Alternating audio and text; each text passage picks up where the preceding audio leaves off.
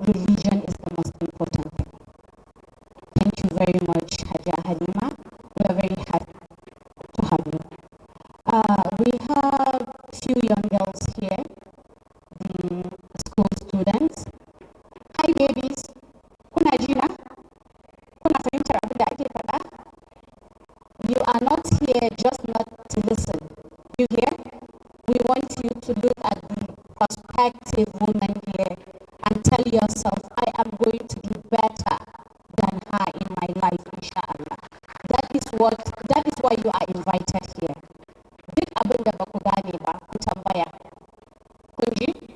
Kar a yi mana karatun littafin Hausa a gurin nan, kafin rai ya ɓaci.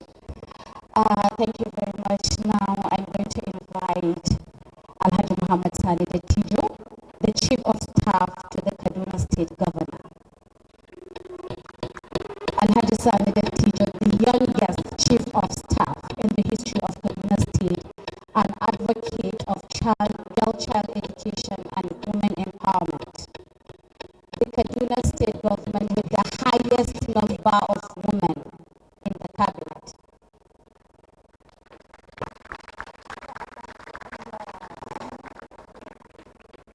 We have a challenge. Do you know what happened? The teacher and Haja Halima, they were here before 10 o'clock. I swear, only the Nazugurina, I met them here. And Yazo, yana tunanin za mu fara taron nan ƙarfe 10. Yana da jirgi da zai bi saboda wasu commitments ɗin nashi. Duk da sai mu haɗu banda waɗanda suka taru za sai mu ce makanmu ba mu kyauta ba. Ko ba haka ba? Why are you quiet?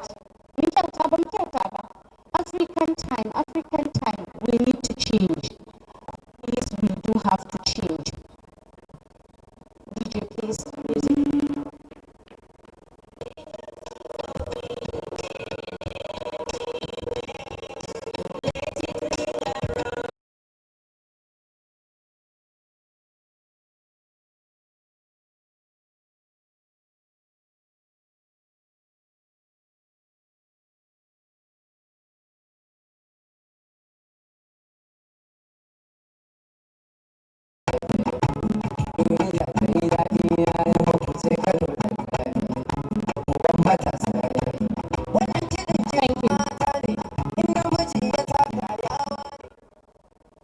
I'm going to invite Haley and Moritz from the Wish for a very short performance.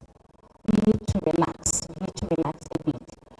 So, Haley and Moritz, they are the members of Wish group from Start of Kano.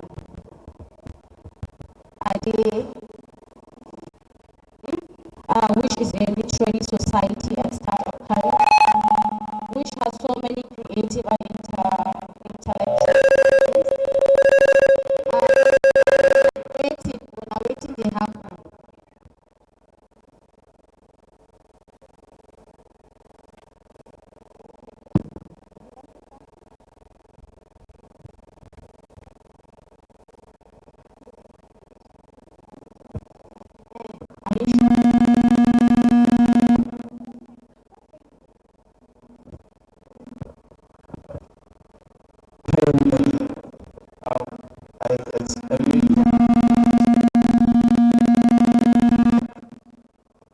It's really a good privilege to be here before all of you, and I would like to take this time to appreciate the organizers for having us here on board. Thank you very much.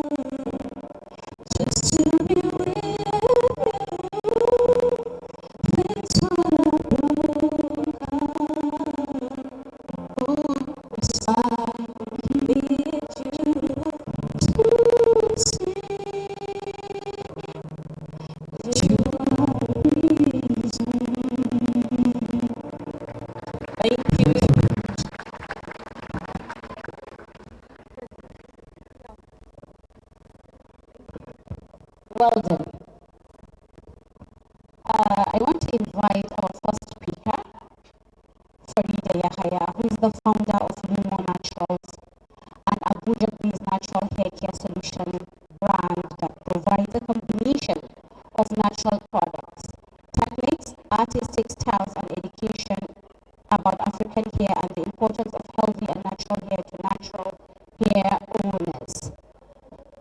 The ladies with natural hair, this is your very own Farida Yahaya. Ashe kuna da yawa masu natural hair din. She is also the founder of the Brief Academy, a learning hub dedicated to developing and supporting female-owned startups to achieving wealth and scalability. Farida is also the author of Redefining Beautiful. She's also beautiful. You are beautiful. A book that discusses the realities of starting a natural hair business. Please, another round of applause for our first speaker, Farida.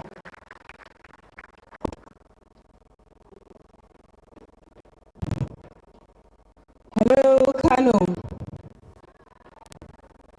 Hello. So you forgive me, I'm going to come down and I really like to.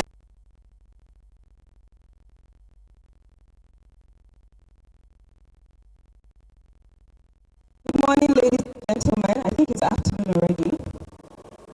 I'm going to ask you a favor, please. So please give a standing ovation to Aisha and the Startup Kano team. If you can write, please.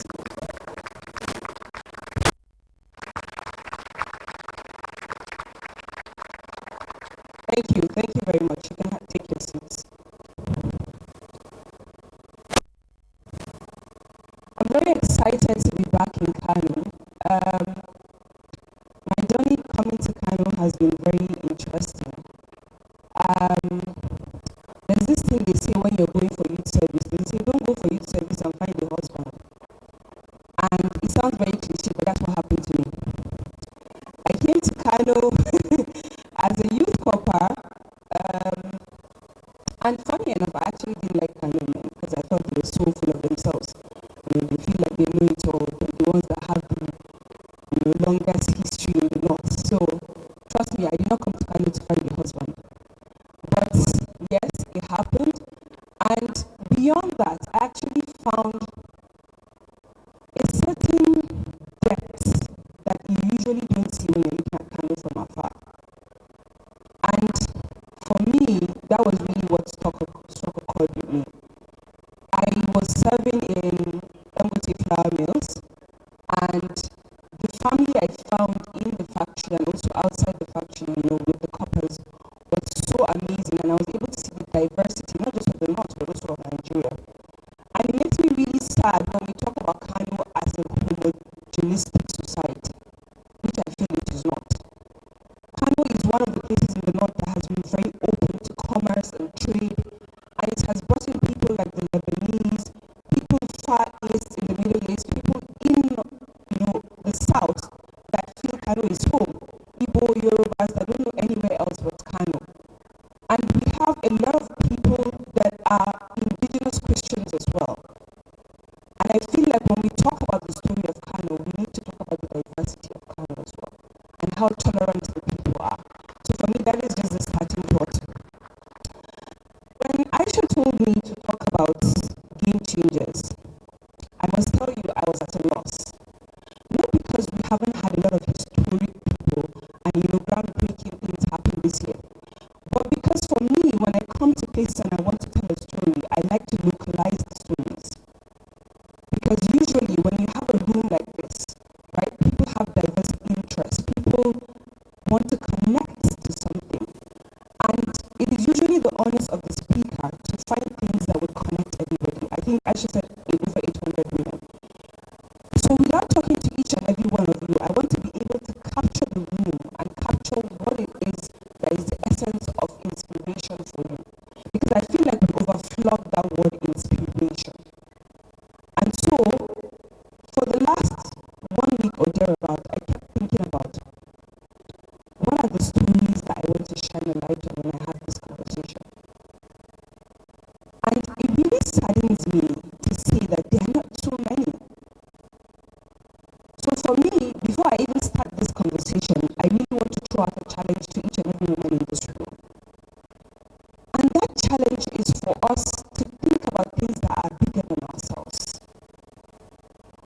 talk to entrepreneurs and to northern women, I find that we go into business as projects of passion, and sometimes out of necessity, because we want to earn a salary, because we want to go for Umrah, because we want to feel comfortable. And believe me, I'm not saying there's anything wrong with that.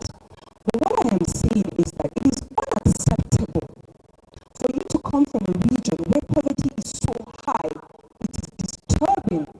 For you to come from a region where the inequality is abominable, despite the richness of our land in under the ground and also in the human resources, for you to run a business that has no social impact, it doesn't make any sense to me. And so, there are a few people that I will highlight that might not necessarily be from Kano, but for me, they embody the spirit I want to see Kano women carry.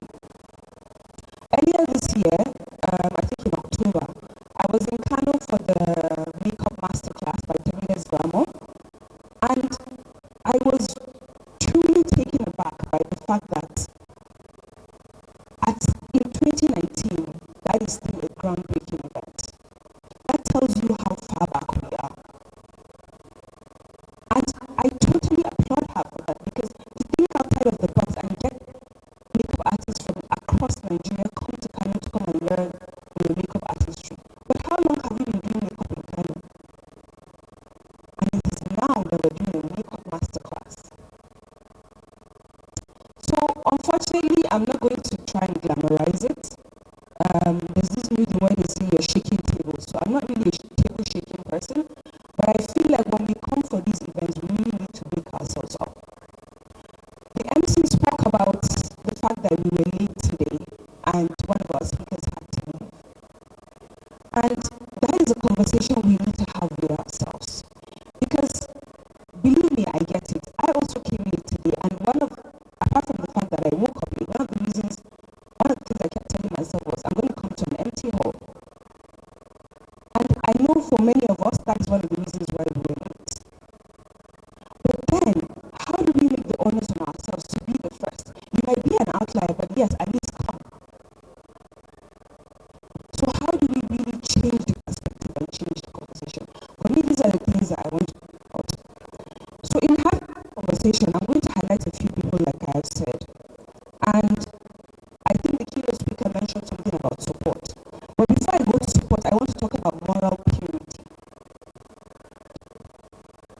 I feel like we are so caught up with who is doing what and who is not doing what, that we don't actually focus on our own journey. People can only inspire you to a certain point. Every journey you are taking, personal or professional, is as personal as it can be. Nobody can do that work for you. Not your husband, not your mother, not your mentors, not your sisters. And I'm very worried about the fact that we have gotten to a point where we've made it look like we cannot accommodate or tolerate people that don't think like us, don't dress like us, or don't believe like us. Because what moral purity does is it creates tents. We already have this big task in front of us, and then you're taking time to be pitching tents. We're not going to do that journey. So for me, it's always about done is better than perfect. But how do you tick that box and say it's done? There's usually a conversation about when you're talking about women's rights and equality or equity, and people say, oh, she's being a feminist. And now we've made feminism look like it's about people that are very angry, people that don't like men, people that want to take over the world, people that are very aggressive.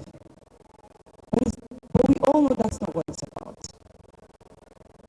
And sometimes when we have those kind of conversations, it makes it difficult for men who want to support us and be part of this journey to actually stand up and say, yes, I support my wife as a human being. Because that is the conversation we're supposed to be having.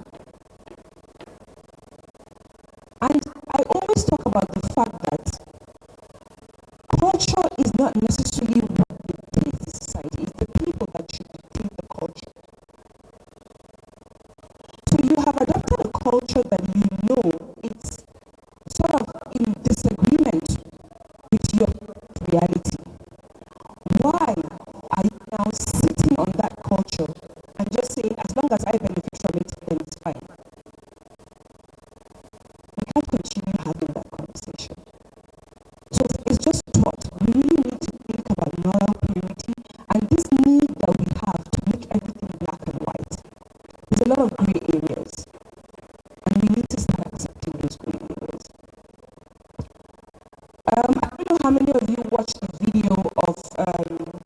World pageant, when it was announced, I think it was yesterday or the day before yesterday, and the way the Miss Nigeria was screaming and jumping when the Miss Jamaica won. That is the kind of support I want to see us giving each other. But the conversation we're having today, we've gone beyond all of that and still have done the work. So let me highlight some of them, and I hope that they also have inspired you with their story. One of them actually shares the same first name as me, Farida Kabir. I don't know how many of you know her. Farida started her, what we now know as an e-learning hub for health practitioners, out of a need to do more when she saw what was happening with Ebola in 2011. And she said, we need to, no, 2013, forgive me. She said, we need to do more. We need to build the capacity of our health practitioners. Because she was working with the disease control unit at the time. And she said, what is the best way that I can make them build their capacity without having to look for scholarships for them to go to school, without having to learn how to teach them? And she could. So what did she do? She created an e-learning.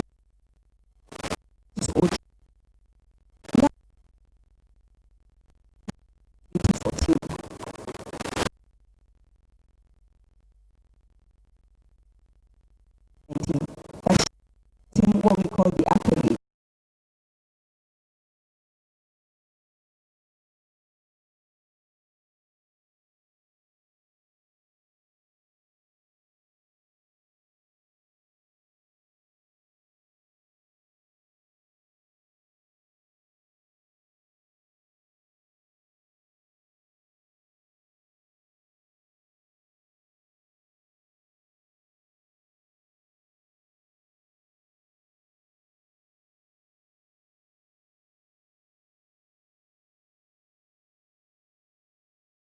Do you know why?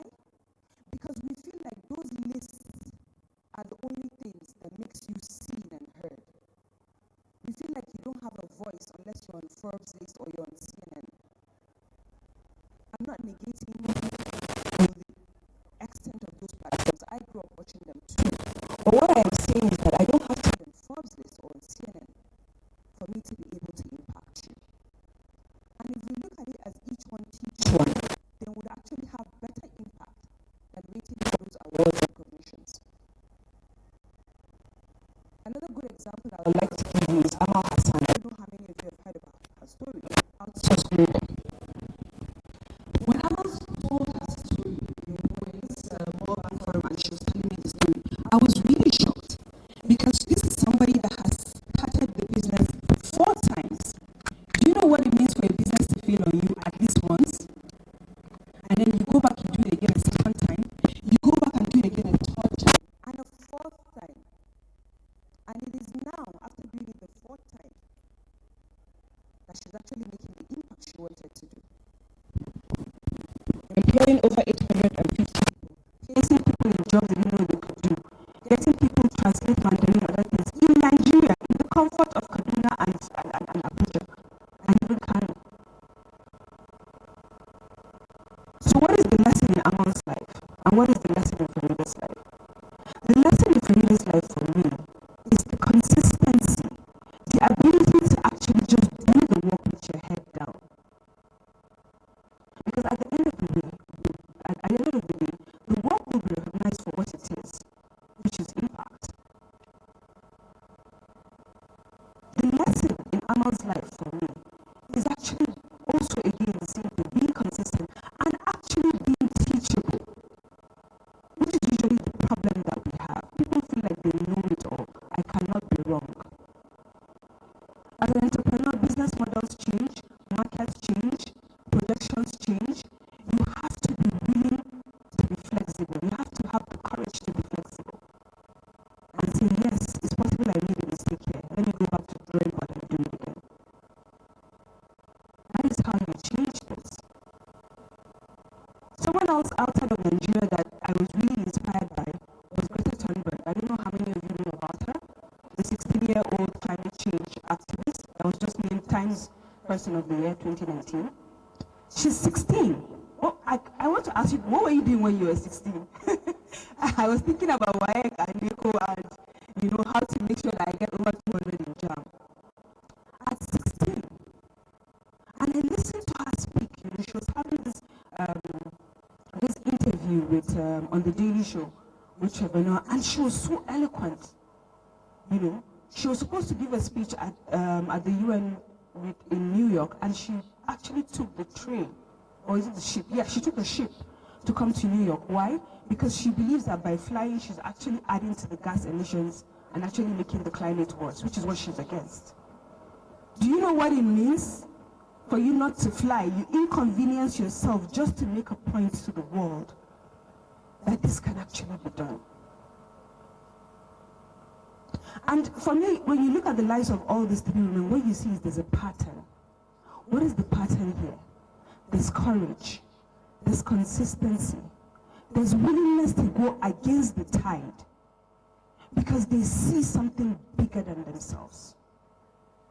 Because she was asked, you know, you're 16, why are you so worried about climate change? And she said, it's a reality, and she had facts and things. Like, for us to actually create the change and be the game changers we want to be, we have to actually go back and look inwards. We live in a society where individualism is not so celebrated because we actually value community, and that is very okay. But what I find is that we have a very bad herd mentality.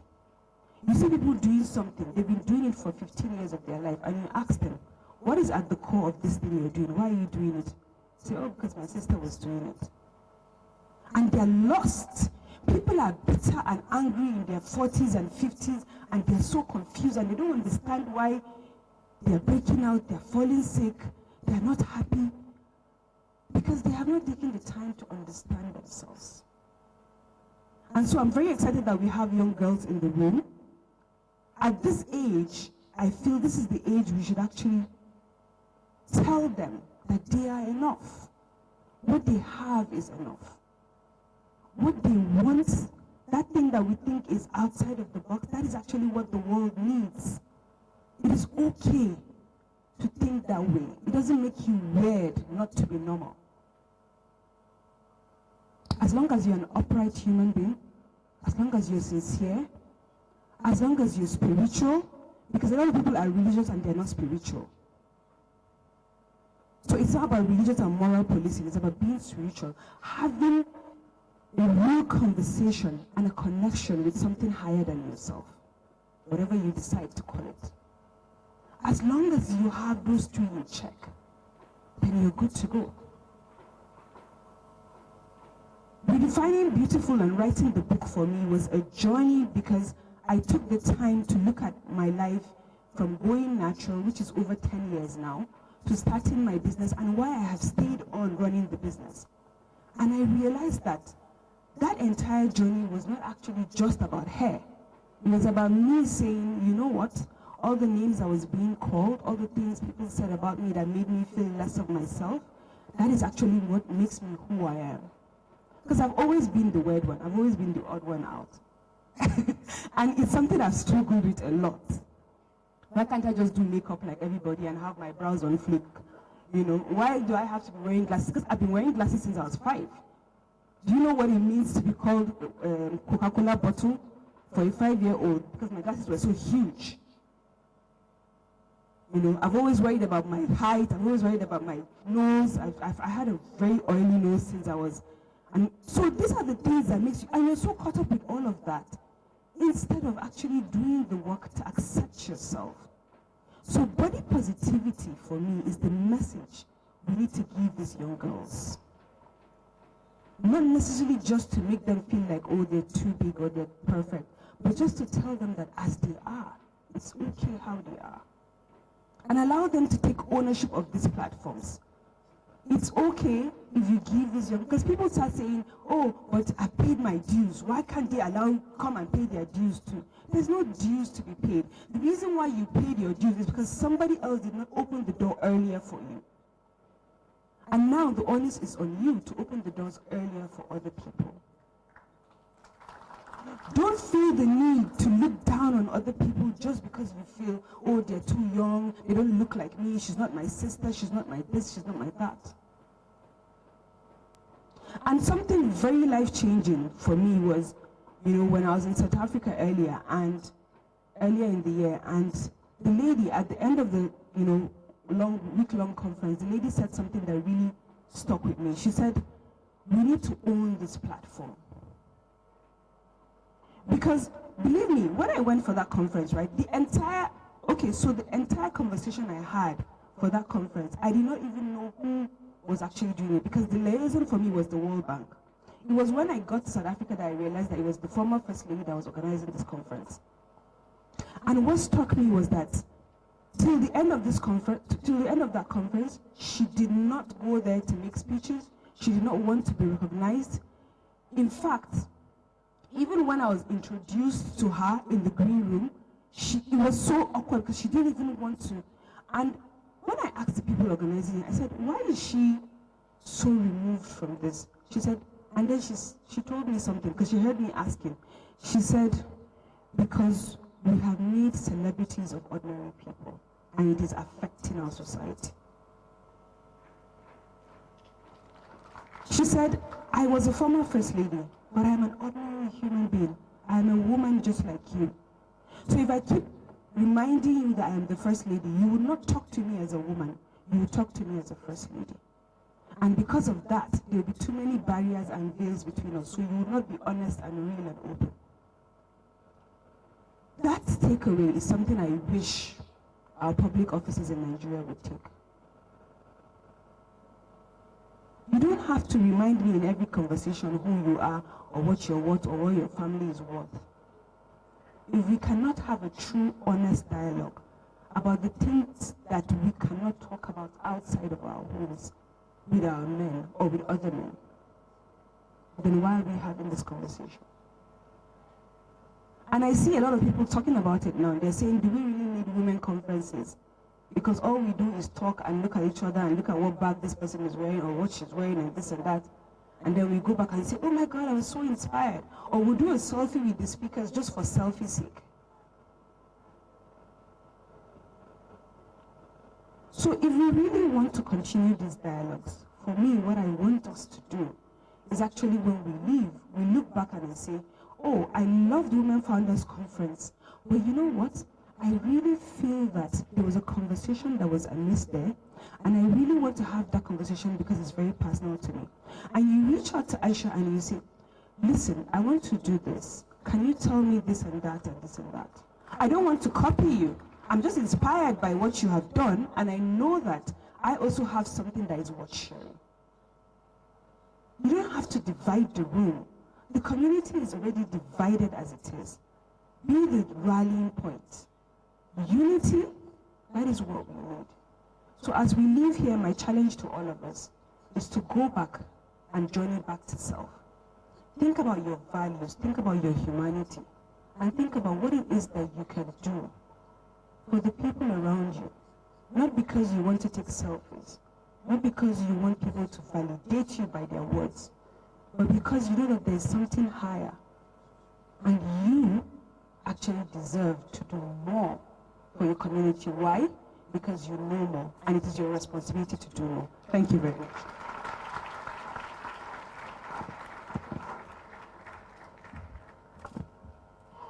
Thank you very much. Thank you, Farida.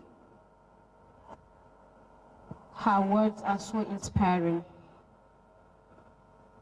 You're welcome once again to the 4th edition Women Founders Conference being organized by Startup Kano.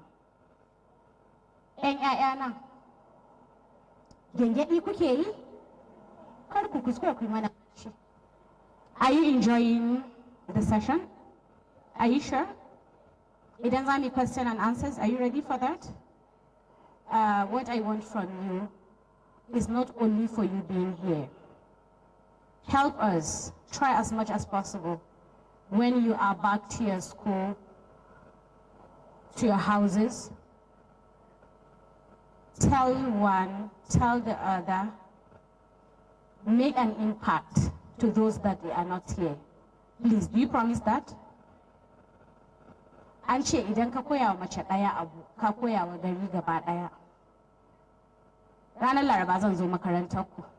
Sai in tambayi waɗanda ba ku bane sai mu ji ko kun gaya musu abin da kuka koya. Haka ne ko ba haka bane? Thank you very much. For today, for this year's conference, we have 3 major partners. That is the AFICENT. They are the co-hosts of this event. We also have Dangote Industries Limited and Max Air. Jirgin sama mai tashi. Gidanmu komai da komai na rayuwarmu, everything is Dangote, Dangote, Dangote, Dangote, Dangote. Please, let's put hands together for the AFICENT, Dangote Industries Limited, and Max Air. Thank you very much to the entire family, friends, and everything to do with Dangote, because Dangote is saving lives.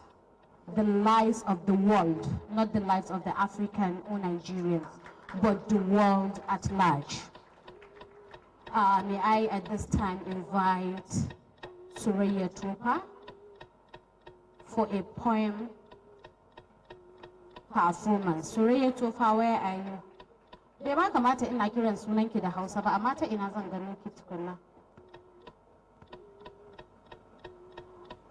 Which language do you want me to call your name with? Any language? Bari mu yi da Larabci. Suraya? Oh, see how happy she is. Anyway, she's my namesake. Hello, good afternoon to you all. I welcome you to Women Founders Conference. It's such an honor having you guys here.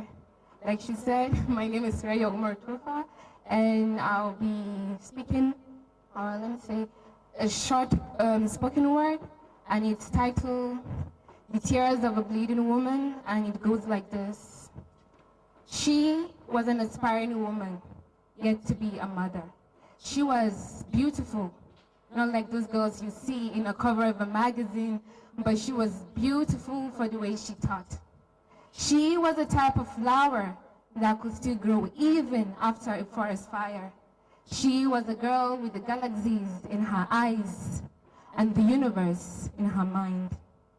She was the pride of her family. She was a girl who has been through trauma, a girl who has been through a situation where her body, her mind, her soul was no longer her own, but she still loves more than she could ever get, and she knows it.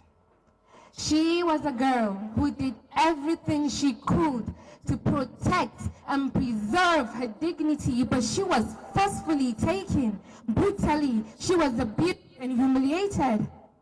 Her pride that meant everything to her was illegally taken by some morally retarded son of Adam.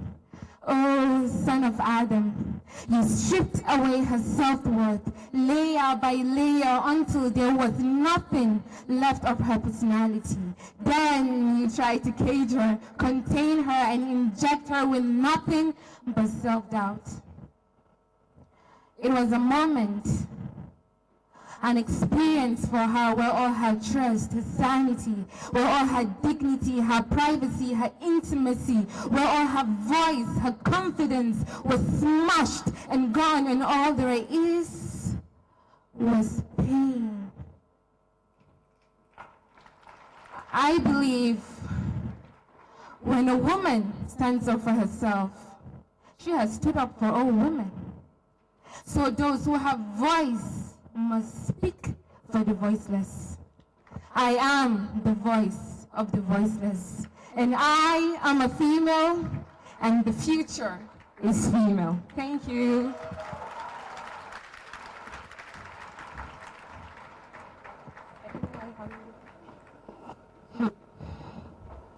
She's just turning so many of us emotional.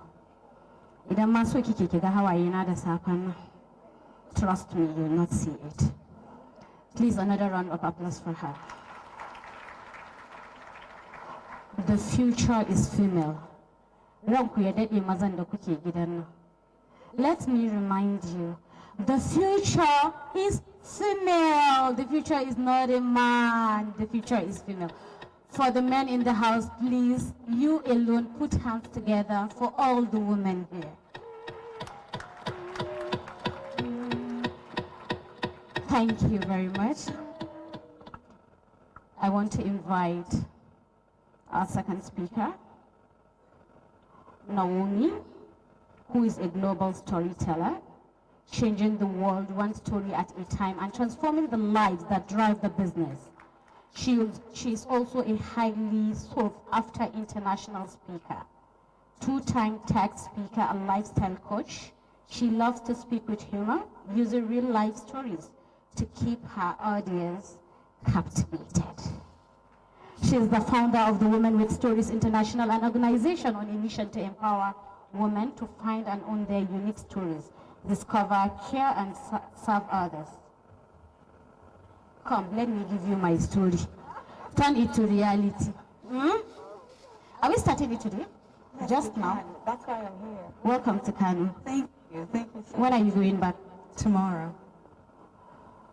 Please don't go back. No, don't worry. No, I got you. No, we want to adopt you in Kano. We don't want you to go back.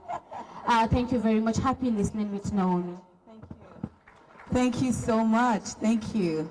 Good morning, Kano. No, I'm so sorry. So one of the things that wasn't mentioned here is I'm also known as the Sparkle Queen. And so when I walk into a room, it has to sparkle. It has to come alive. And so please, when I say good morning, Kano! Oh, no, I'm not in the right room. Aisha, can I go back? Can I leave the stage? I'm not in the right room. Good morning, Kano! Okay, we're coming up, we're waking up. I mean, usually I would have music playing. I love to dance, and I think dancing is amazing. Life is not that serious. I mean, it's serious, but sometimes I think we take it a little too seriously.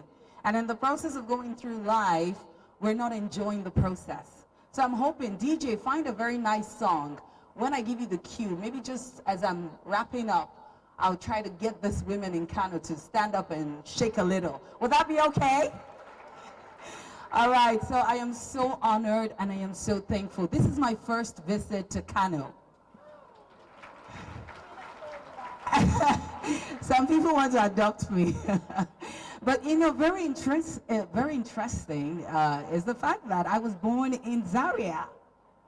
I was born in Zaria, but my father was serving. He was doing his NYSC in Kaduna.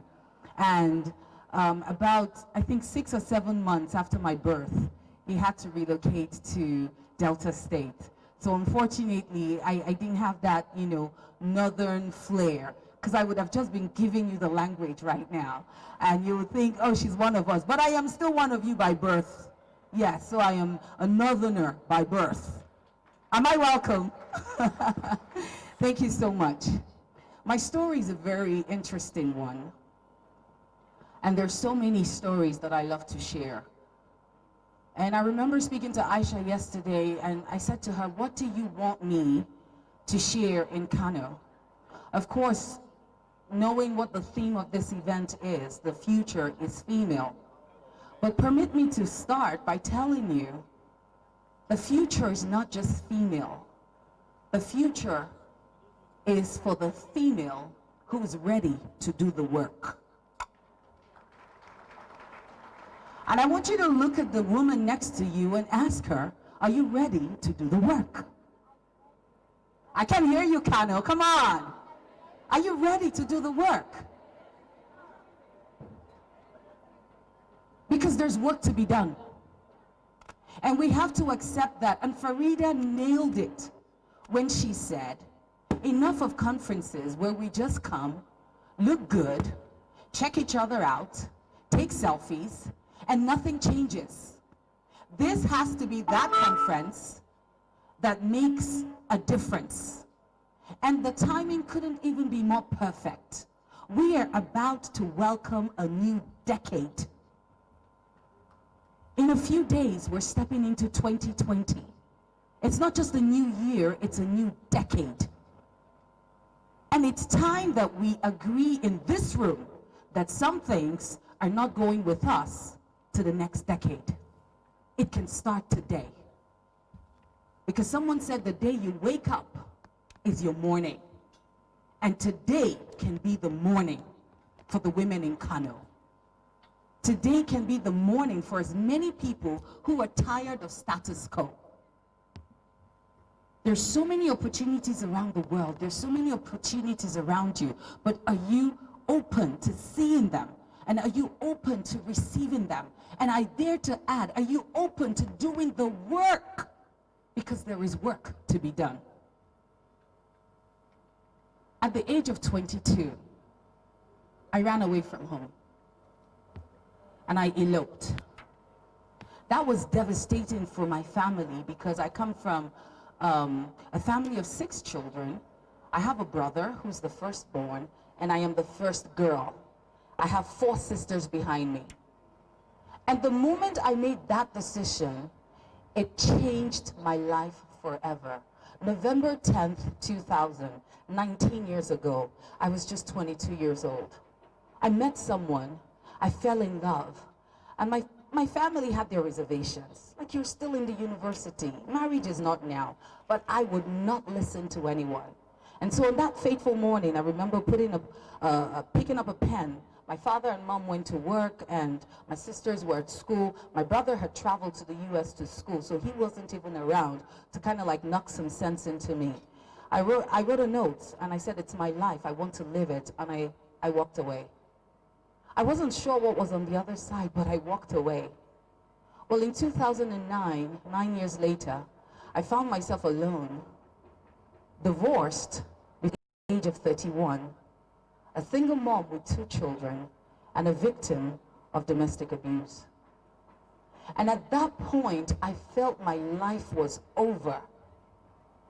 The time I would have spent building my career, 31, young girls were still trying to find themselves. I was already married, had children, and I had the tagline, divorced.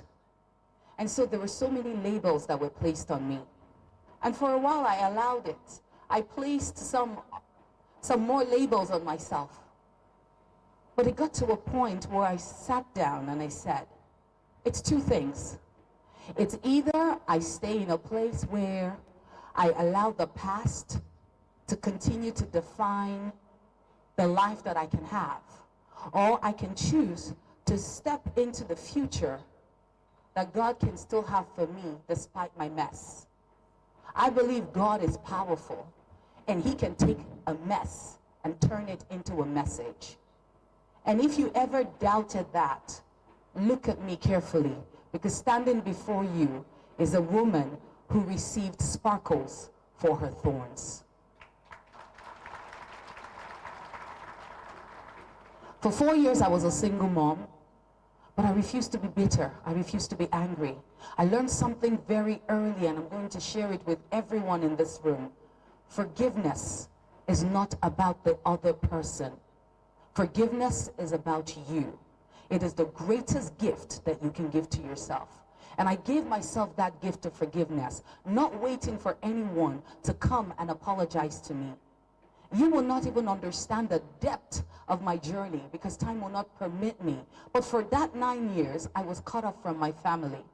My family thought I would be a bad influence on my younger sisters, naturally, and so I didn't have access back home.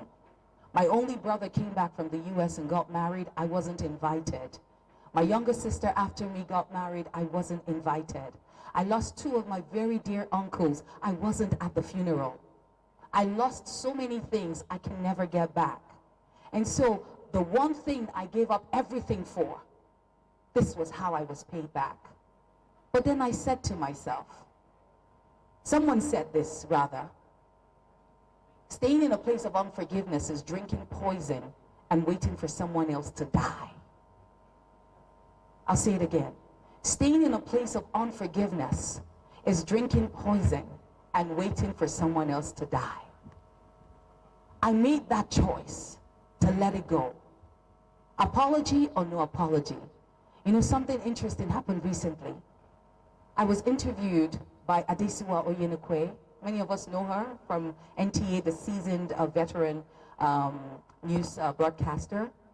And for the first time, after 19 years, my brother heard this part where I said, I missed his wedding.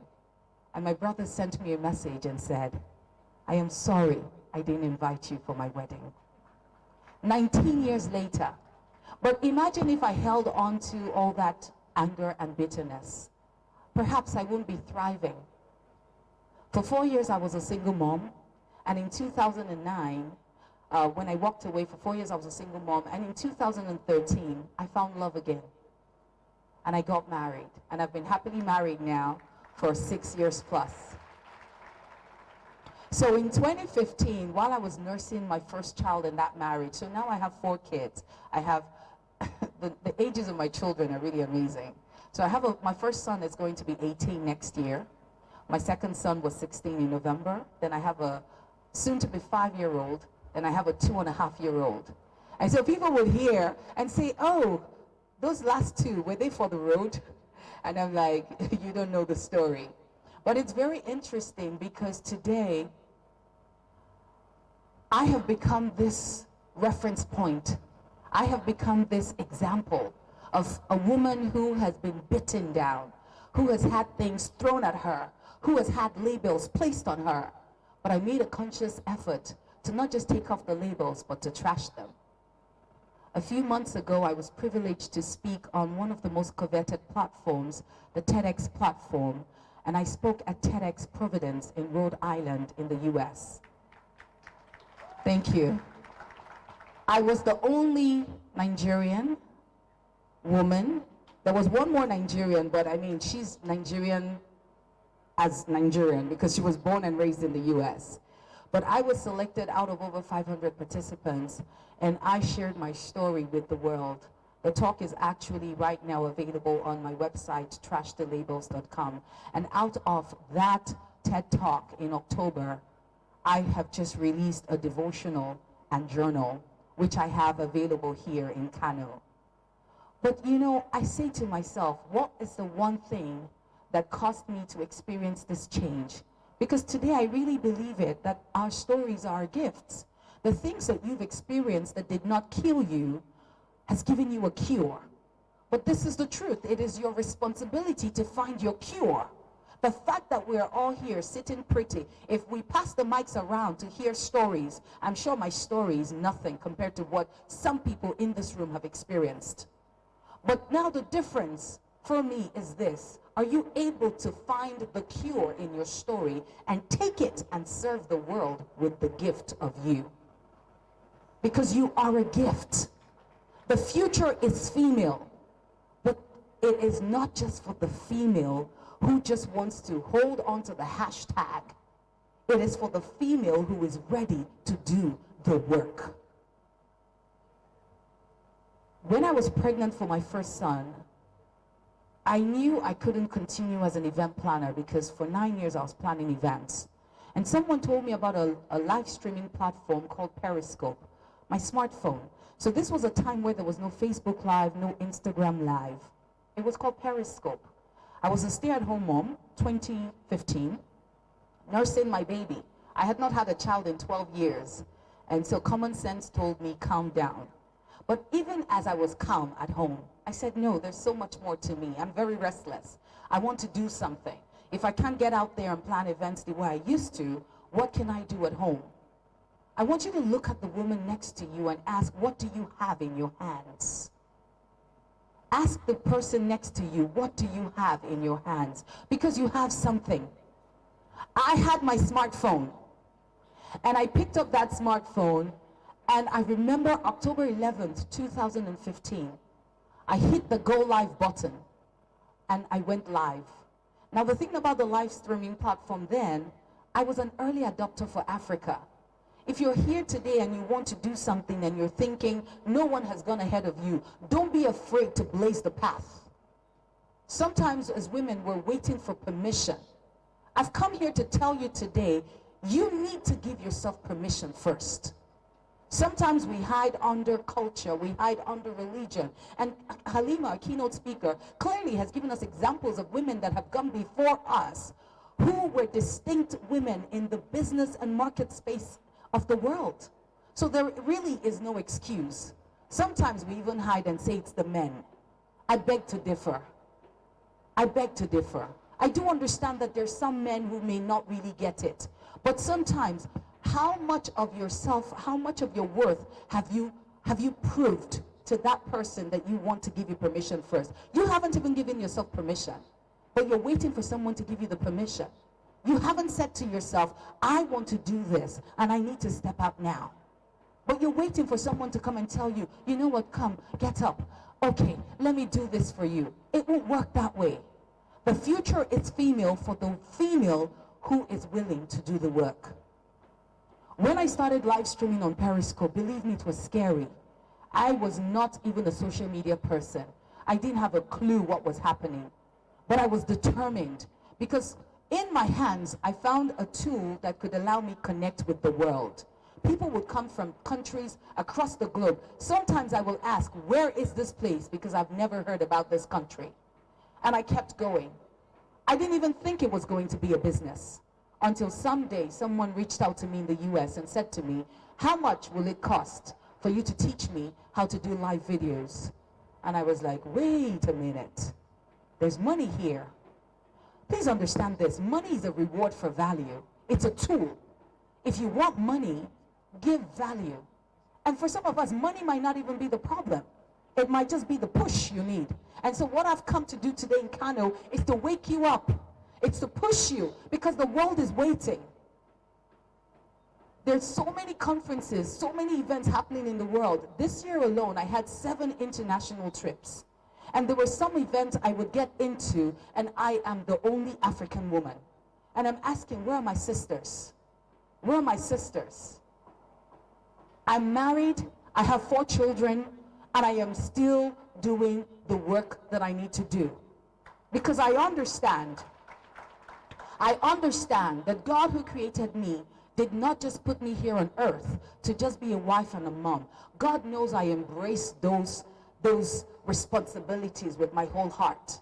I don't play with it. My family is everything. But I also understand that even as my children are growing up and they're picking up role models, I want them to know first that they have a role model in the home.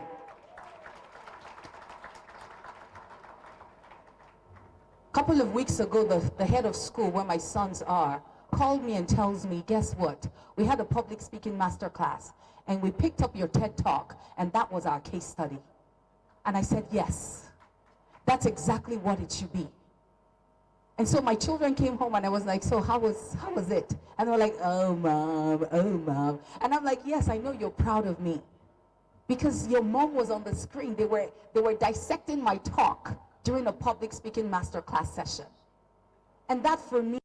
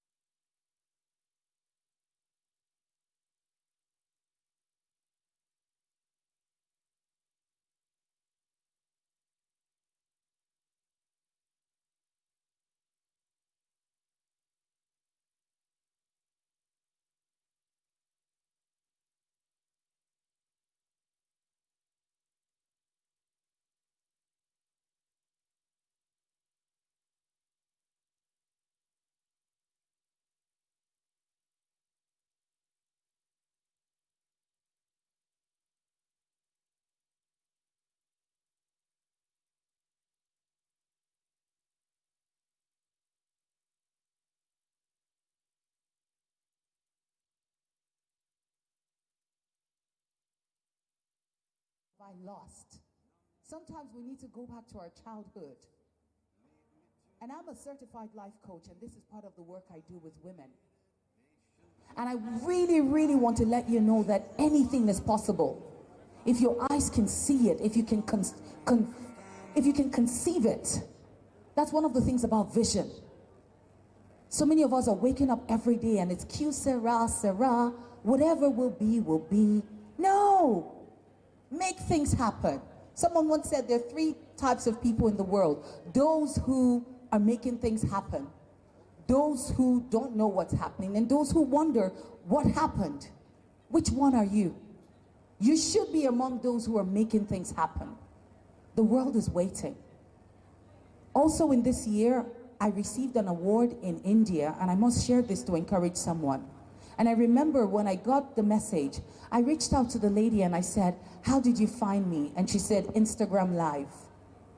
I asked you a while ago, I mean, everyone in here has a smartphone.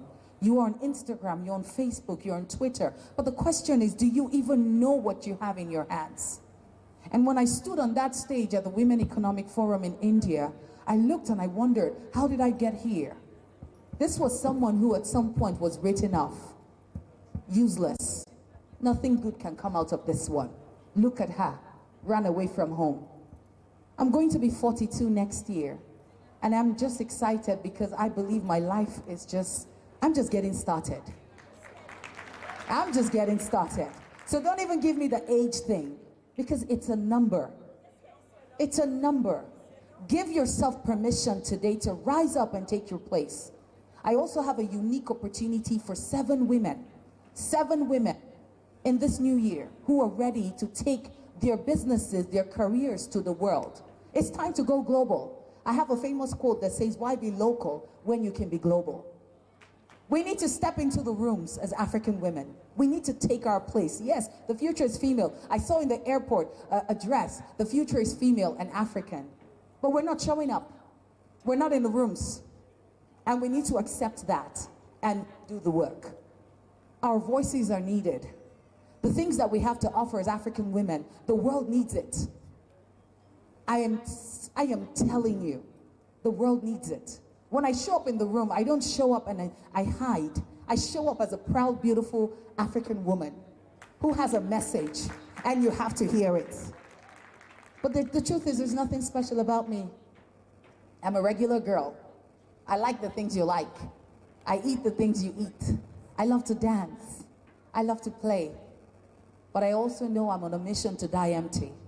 Because the gifts and talents that God has given me, I'm not taking it to the grave. Someone once said the richest place in the world is the graveyard, where you have the would have, could have, should have been.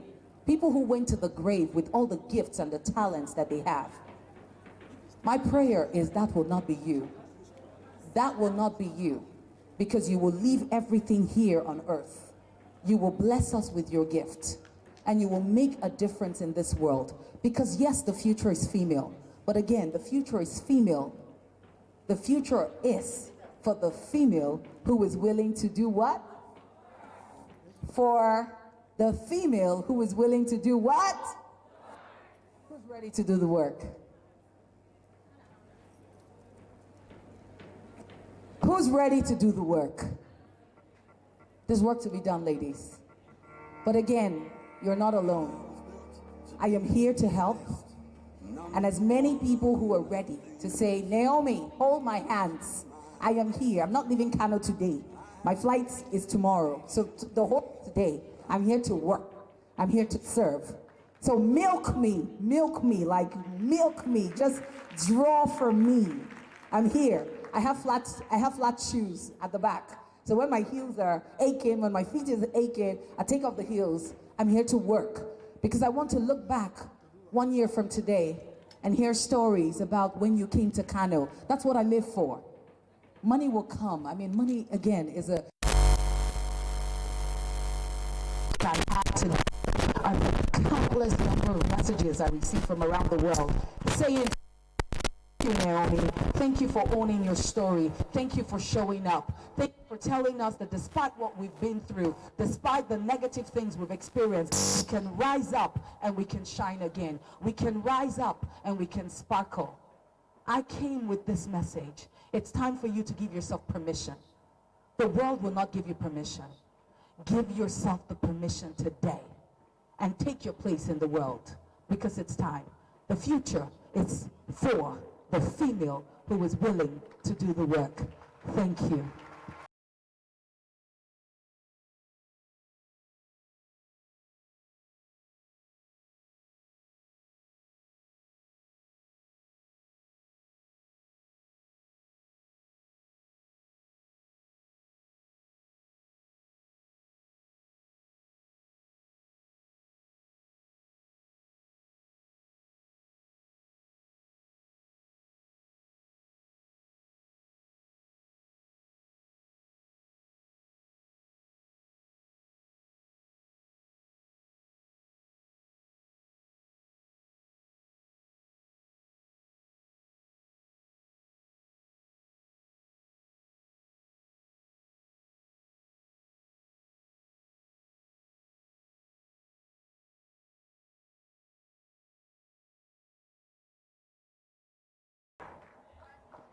Yes, we are the champions. Please, a round of applause for Naomi.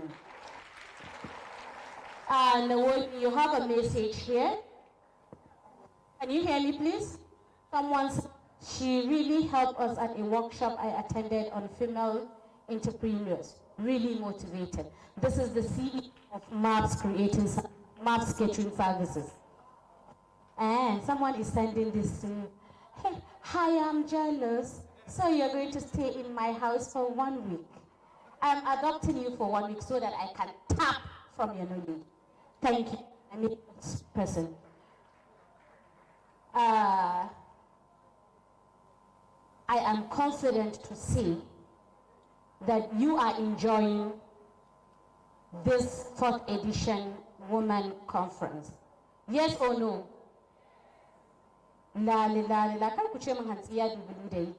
Yes or no? Thank you to Start Up Kano. Thank you to Women Founders Group, Women Founders Conference. May I invite the Wish, Ramadan, Sal's Icon Farouk for the spoken words performance. You have 2 minutes. The members of the Wish, a literary society at Startup Kano, which has so many creative and intellectual artists. Startup Kano is the only hub with a literary society. Sals, including you. Hey, I call it Sako as an idea. I will not be left behind.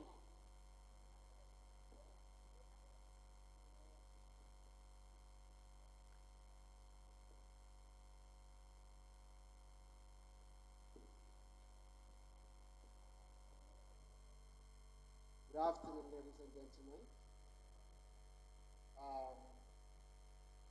We are from Wish, and we have this piece that we're going to share with you this day. It's titled "The Future is Female." What is the future? Technology, entrepreneurship, security, quality healthcare, good education. And who is the future? I am the future. Beautiful face, sweet voice, and attractive body shape is all I looked for in a female at inception. If you are a female, you only belong to the kitchen and the other room. To most men like me, that is the perception. How can every human come from a woman, and yet a woman is seen as less of a human? I will not carve out pieces of myself to see as weakness. I will not adopt pieces of you see as strength. And so, you walk through the valley of hatred, because you feel no evil than the evil they do. Or, this speech really Hashtag, the future is female, convinced me to believe that female is more than just her body. She is not only the future, but the future itself she embodies. I cease to be a victim, I am a vision. The color to your monochrome eyes, the truth to your lies. And so, You swim in the ocean of conspiracy because noble you are. You don't have to argue. The future is female does not mean female above male, nor does it mean any form of feminism.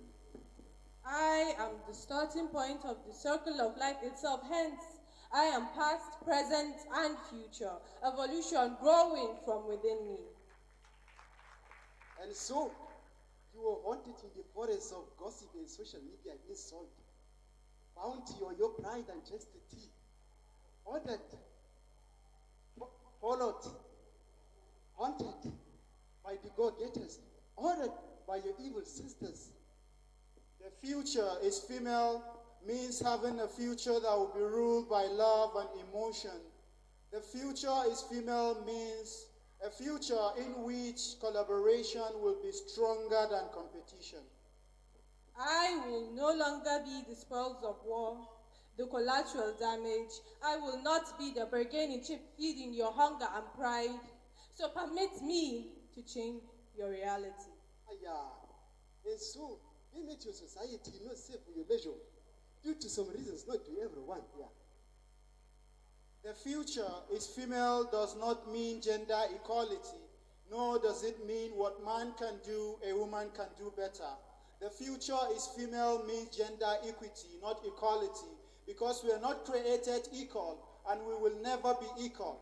But believing that every gender has something unique to contribute to the world, all we need is gender equity. I am a skyscraper rising.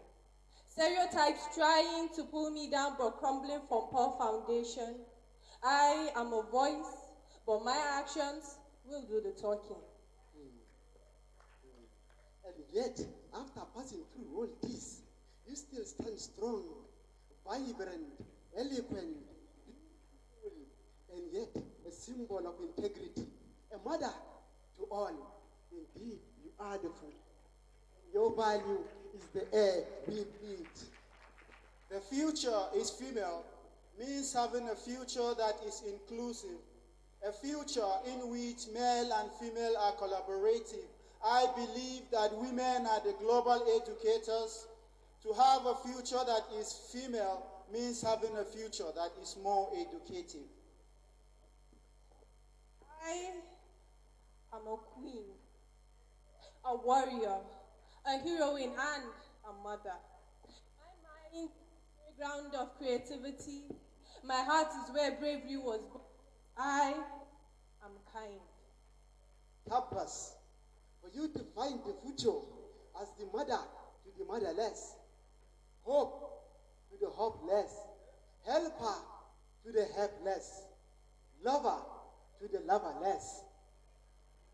The future, to have a future that is female, we should all believe that women deserve a better life.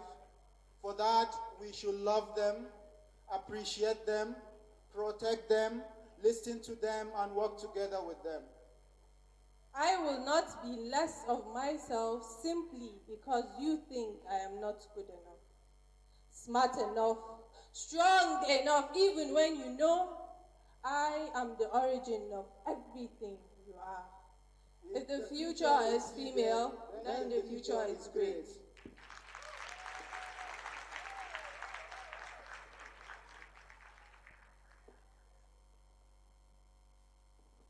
Thank you.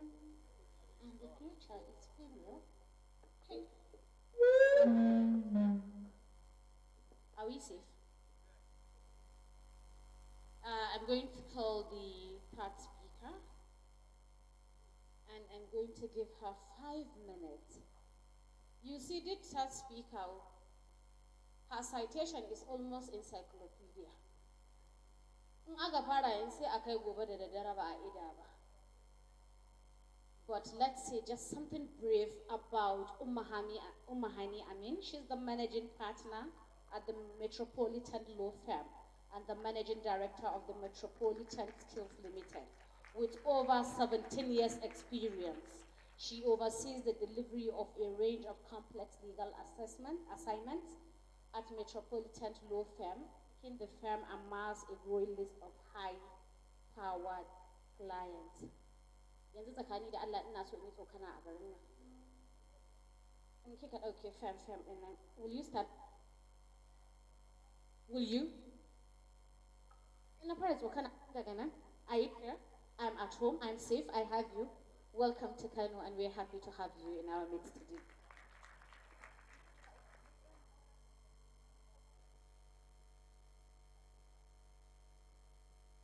Good afternoon, everyone. My name is Hani, a lawyer. I do Islamic finance. I'm a poultry farmer.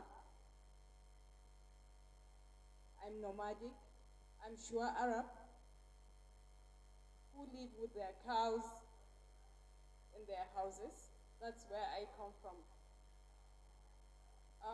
I had a speech from the beginning. I wanted to speak about a lot of things, women empowerment, how you can be able to be disruptive and all of that. But I listened to 1, 2, 3 speakers, and I said, no, my speech will be boring. But if I tell you about myself, it will be that at the end of this day, I swear, I'm going to inspire a lot of you. Because I came from a place where you do not go to school. School is the least of the things on anybody's mind, where I come from. And if you are a Nigerian, you're from the northeast, you're from Maiduguri, you're not even Kanuri. I'm not Kanuri, I'm Shua Arab. And we do not believe that a woman should go to school. We do not believe that a woman should stand up and be talking amongst other women and most especially men. But I decided to be disruptive. I decided to do something different. I decided to be rebellious. Even though doing all of that, I did not forget where I come from. I did not forget my values. I did not forget that I'm a Muslim and that I need to be confident that this is who I am, but at the same time trying to do things that I want to do to make my life better.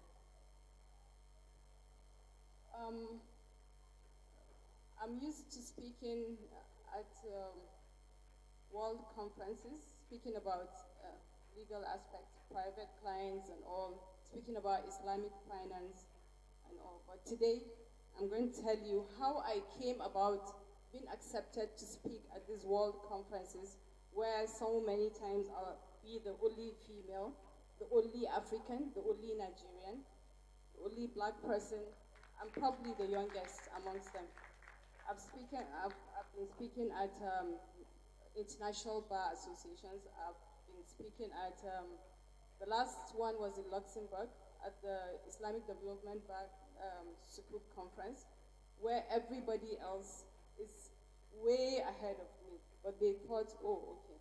But this time around, I'm going to tell you how I started. Even when you were saying you started at 20, I started at 17. By the time I was 19 years old, I was already a mother. By the time I was 25, I finished my university. I went to school, I got my admission. I started, my grandmother got me an admission into Ahmadu Bello University, studied diploma in law, because I always told her I want to be a lawyer. And then by the time I was 19, I was a mother, because I had to also follow the rules and regulations from a family where I come from, where you don't choose your husband, your parents choose for you, where you don't say a word against what your parents decided for you. But during that course, a year and 4 months, I decided, no, this is not the life I wanted. So I got admission into Bayero University to study law. And I started with no support from everyone. The family did not want me to go to school. They said I was running away from responsibility and all of that. So you're on your own, Mahani. I decided, oh, okay, let me see how it starts. So I went to school. I started with 300 Naira. I went took a taxi because I did not even know how to and get into a taxi. I wasn't used to that. But then I got a taxi. I went to the Faculty of Law. I got my jam, and then I was married. And my husband says to me, "You can go to school, but you're on your own. I don't want to be a part of it." And I said, "Okay." So that was when I started being rebellious. I said, "Okay, I need to go to school, and I have to do it myself." So I left, and with a 4-month-old baby, I got divorced, and I went to school. My sister then, my late sister, whom I was a caregiver for, is another story, for 11 years because she had lupus, took over my baby, and I went to school. Finished, went to Jos for my NYSC. No, went to the Nigerian Law School first, and then went to Jos for my NYSC. And that was when I started to think, oh, okay. But before then, I was selling shoes, I was selling to feed my baby. I was selling all my jewelry. You know how it is when you get married, you have a lot of jewelry from family. And so I sold everything because I needed to feed my baby. I needed to go to school. So when I went to Jos, we had a house with nobody, so I was lucky. Then I had started a poultry farm with 100 birds. And then I finished through all of that. I used to call myself the richest copper then, because I was very self-sufficient, self-reliant. I had everything I needed because I was selling the birds at the end of every 6-8 weeks, and I was making a lot of money. I was making 100,000, 200,000. That was a lot of money in 2003. And then I started to work. But while I was doing all of that, I was also volunteering in an NGO. I was trying to see how, because there was a lot of HIV and AIDS in Plateau State then. So I said, okay, and a lot of them do not understand English. So I was trying to, translate ICT materials from Hausa to English and vice versa, trying to educate people on what HIV is and what is not. During that process, I fell ill and I thought I was HIV positive. But it was the coldness of Jos. The weather was so cold that I didn't know I got. So I said probably when I was shaking hands or talking to people with HIV and all that, I didn't understand that you won't even be able to get a HIV to do that. But, as a young person, I tried, I fought that and everything. And I came and started working in a law firm in Jos the day I finished.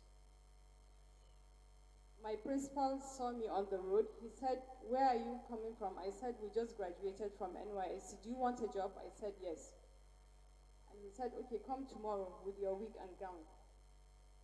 SAN or more now. And I started work. And after a year, I was learning. I was going to court 5 times a week. And when I go to court, he gives me cases to go, cases he feels are nonchalant, cases he feels I can't even go through it. But one thing happened. All the judges were shocked that a girl from my part would come and be before them. So they were feeling sorry for me. They wanted to encourage me, really, because I got bail for an armed robber who has been in prison for 3 years without anything. And the judge just said, "Oh, okay." So I spent the whole night thinking about what I would tell the judge to convince him to give that guy bail. And when I came, I did my arguments and all that, and the judge was like, "Okay," so he said, "Okay, so he's entitled to bail. Go and bail him out." I came and I was telling my principal, I got bail. He was writing. He stood up. "No, you did not." I said, "Yes, I did." But you know what? I think the judge felt sorry for me. He said, "Yes, I'm sure." And then the armed robber now kept thanking me. He looked every inch an armed robber. and he was really shocked that he got bail. So every morning I come to work, I'll see him sitting in front like this. Good morning, sir. How are you, my dear? Please, God bless you. No, I didn't know that I would ever get out of that place.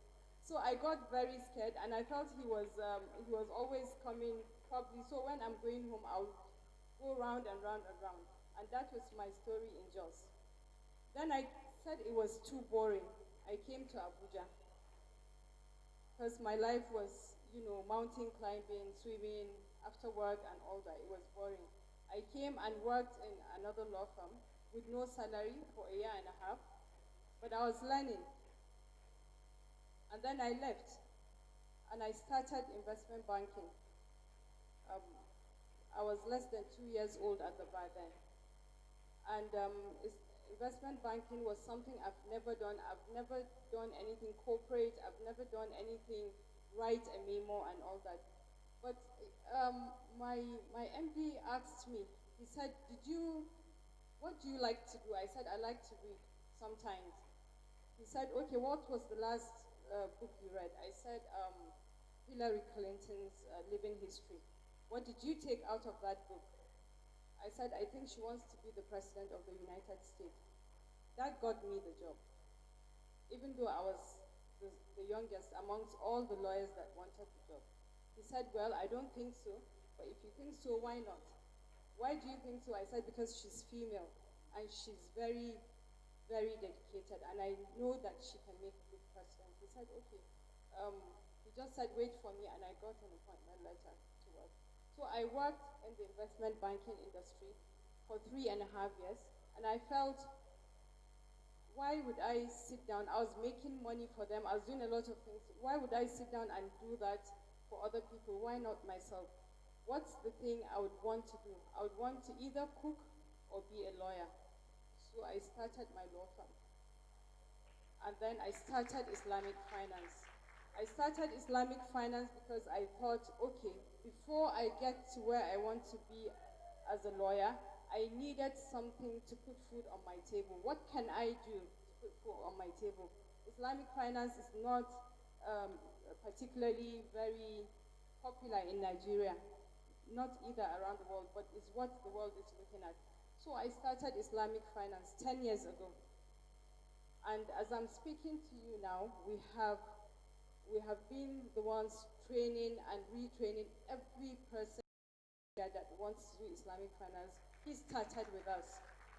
And that's because I felt that this is also another way to be disruptive. While at it, my son was growing. He's 26 years old now. And while I was doing that, I was struggling with being a single parent. I was struggling with a child who was being rebellious. And I was struggling with work.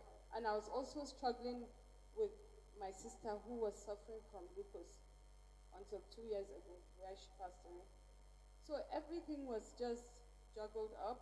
But then I said to myself, I have to do what I have to do. I have to put food on my table. I have to, be someone who kids will look at.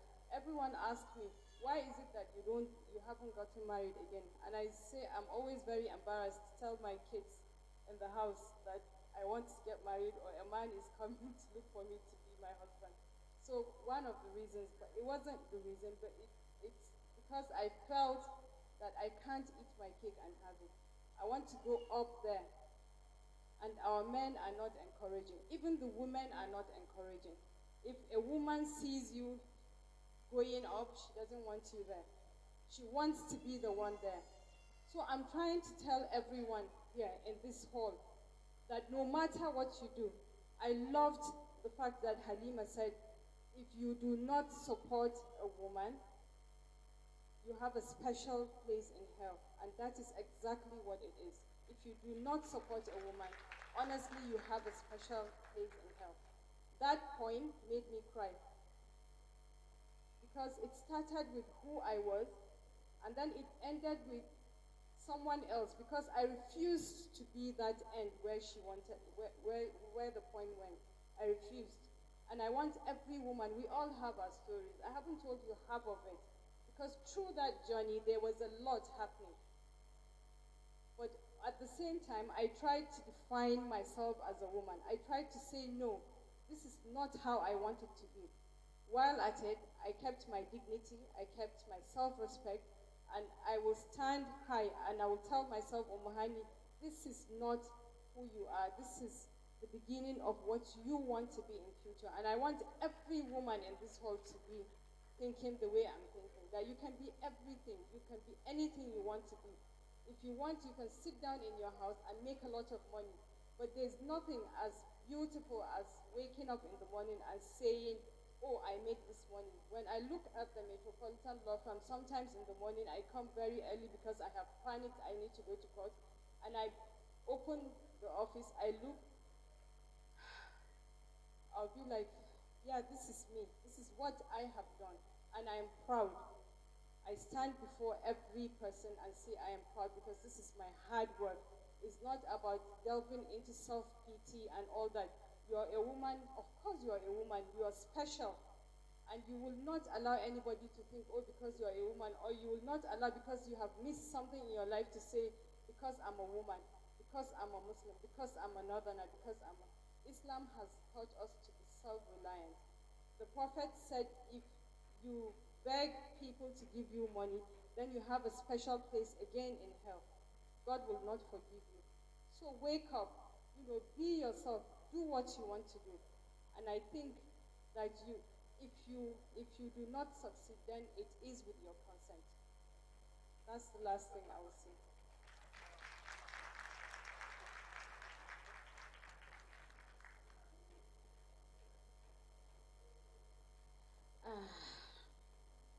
Thank you very much.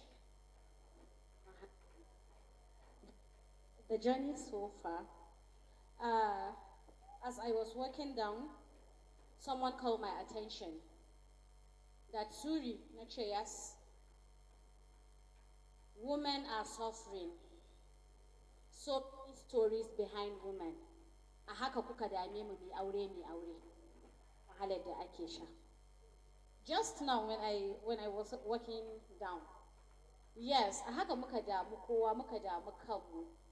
Women are suffering, but tell yourself that I will not suffer. Be that woman that you will not suffer. And God will be by your side, but you have to make effort. And don't sit down and say, when ya sha wahala ba za ka sha wahala ba. For the little girls that we have, let me quickly say this in Hausa. Da Allah ku bude mun kunnanku sosai.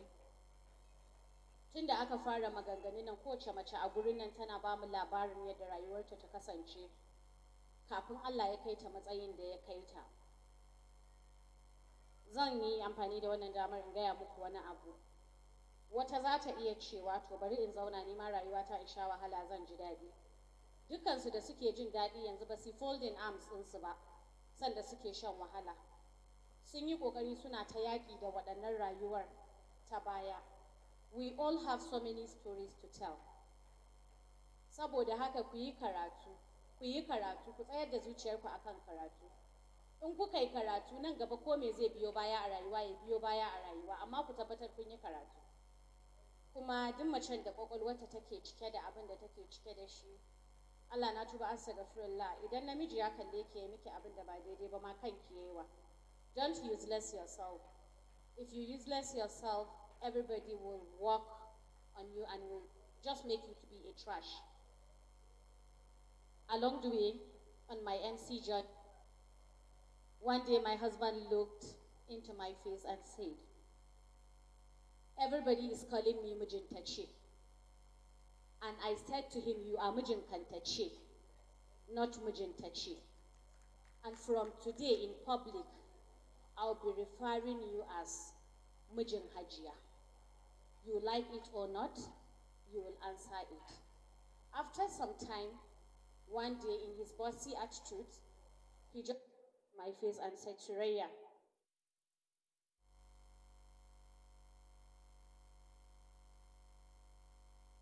job and your marriage.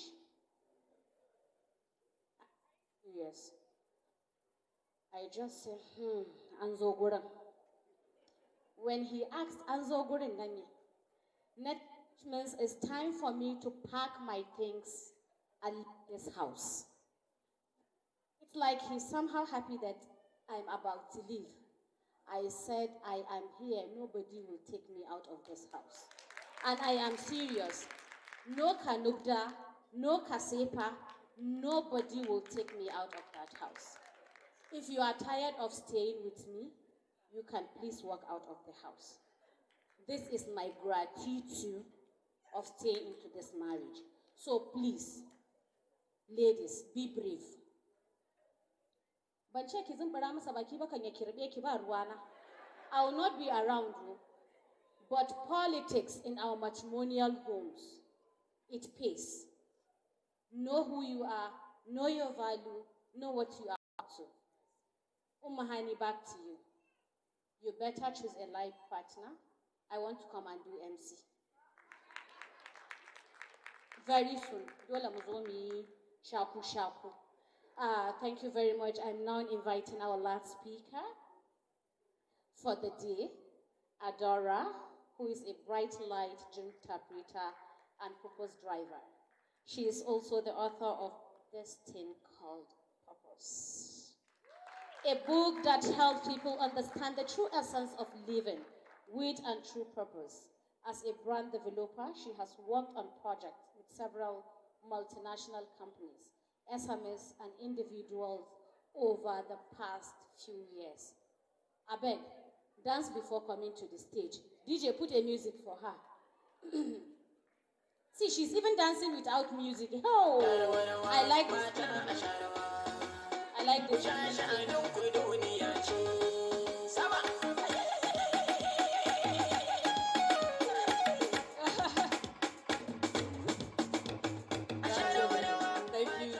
Thank you. Good afternoon, ladies and gentlemen. Could I get a good afternoon back? Yes, awesome. It's really beautiful to be here. I actually just got straight from the airport here, and I was just like, you know what, I might stay. So you might want to not book a flight back for a little bit. I'm loving Kano so far, so I'm really excited to be here. All right, so I'm going to be talking a little bit about 5 different things that I feel like every single person here needs to learn in order to become the best version of themselves. It's really interesting to see this tagline, which is "the future is female." Whenever we think about the future being female, I feel like we always think about it as 5 years, 10 years, 15 years from now. So we're saying the future is female, and it seems like it's so far down the road, right? But if you really think about it, yesterday, we were saying the future, and today is actually that future, right? So essentially, every single day that we're alive is really us inching closer into this future that we're talking about. And when we see the tag, the hashtag, for me, it's not just a slogan. For me, there's an ideology behind that slogan, right? So we're talking about beyond even thinking gender equity and equality and feminism and all those things, we're actually talking about basic stuff, right? More women in leadership positions. We're talking building structures, frameworks for women to come together to actually create something that other women can thrive on. We're talking women being braver than they currently are.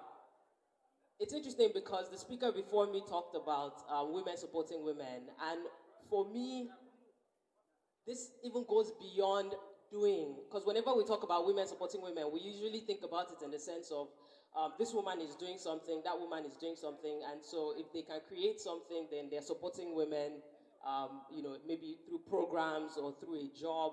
But for me, it's really the core of who you are as a person, not what you even do.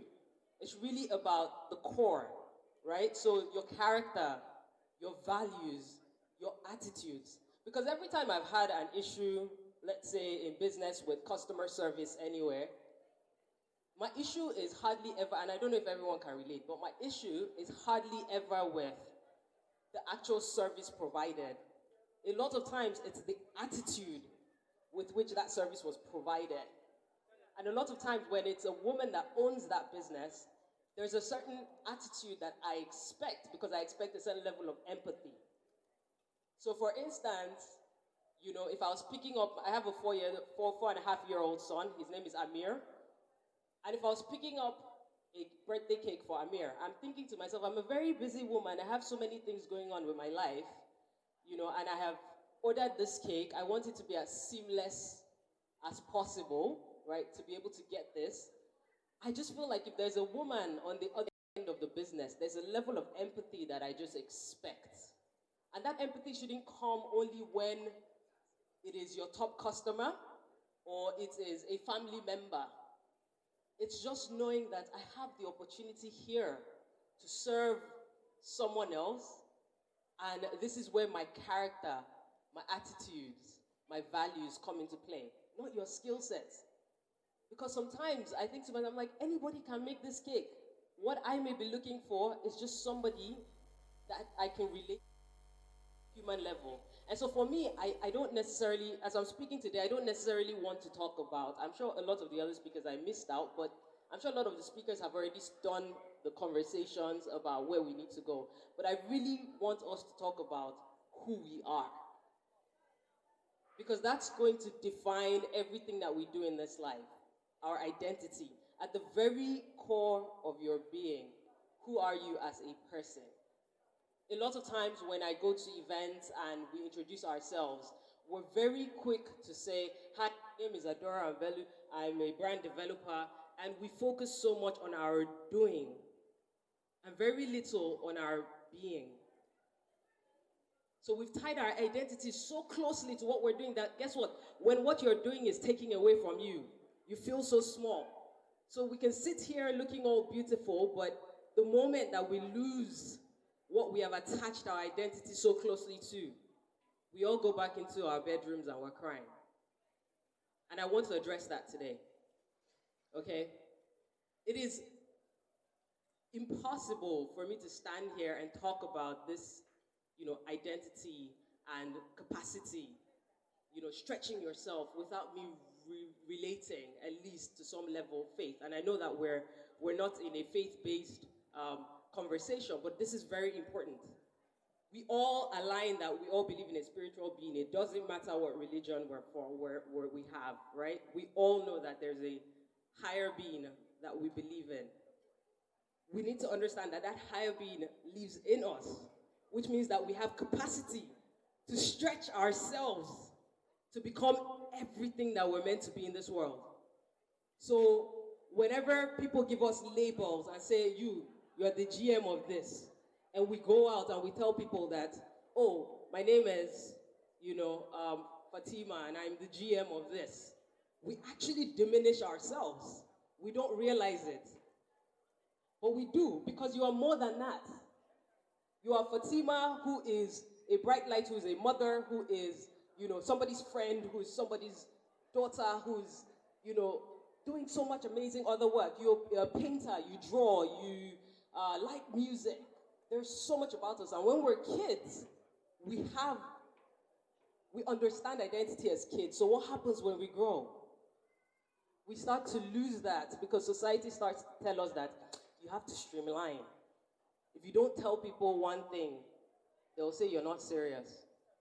And so there's so many of us in here that are multi-potential beings, which means that we have the capacity to be so many things.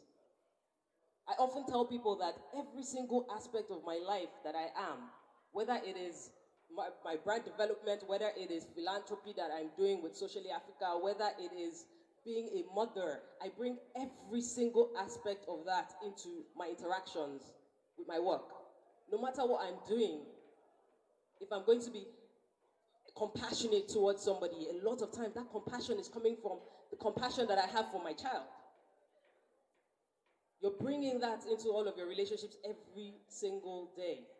And I'm saying this because I want us to not be in positions where we look at other women who are thriving in their jobs and in the work that they do and think that you are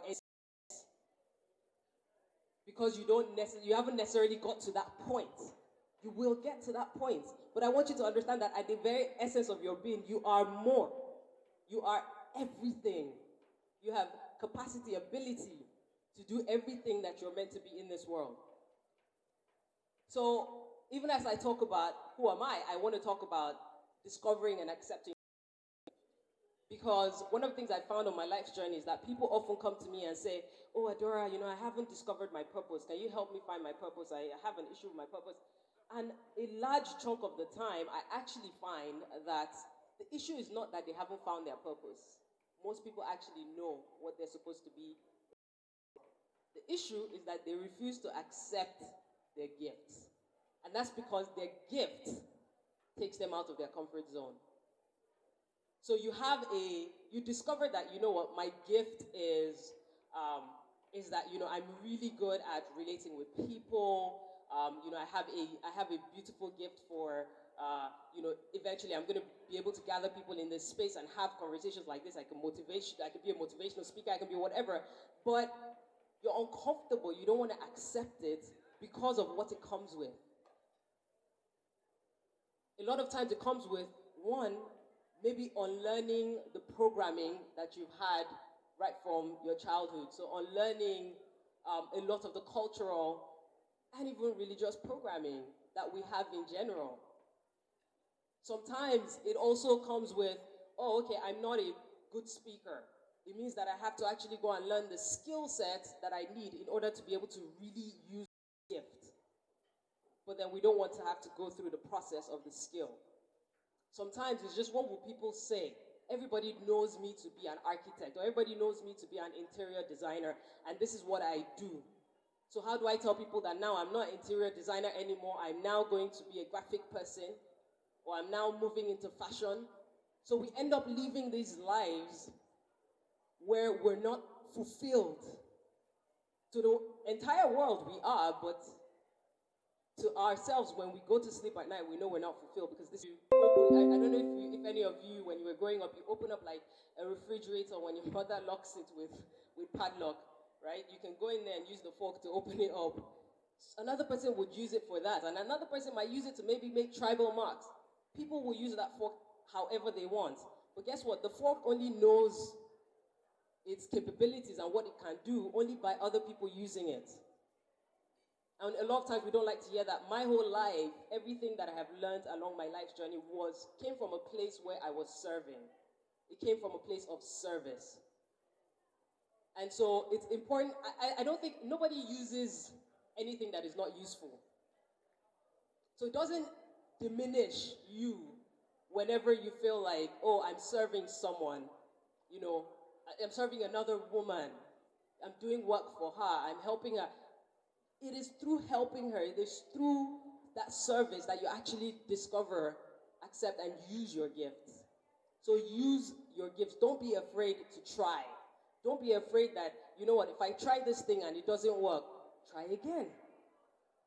We have such a long while in our lives, and it's important that we decide, how we want to use every day, and not let everyone else dictate what that means for us. The next thing I want us to write down is abandon comparison. I'm going to say that again, abandon comparison. Because I see this every day, this happens every day, is we have different measurements of success. Everyone has a measurement of success that is specific to who they are as a person, where they're coming from, what is important to them. Doesn't mean that it's the same thing that is important to you. And so you have to get to a point where you know exactly, right, this journey that you're going on. We're all going on a journey, but we're going on different journeys. We have different missions in life. This journey that you're going on, what are my own benchmarks for this journey? What are my milestones? Where is it that I am going? Not where is it that she is going or she is going. Because I found that comparison has taken so many people off their journey.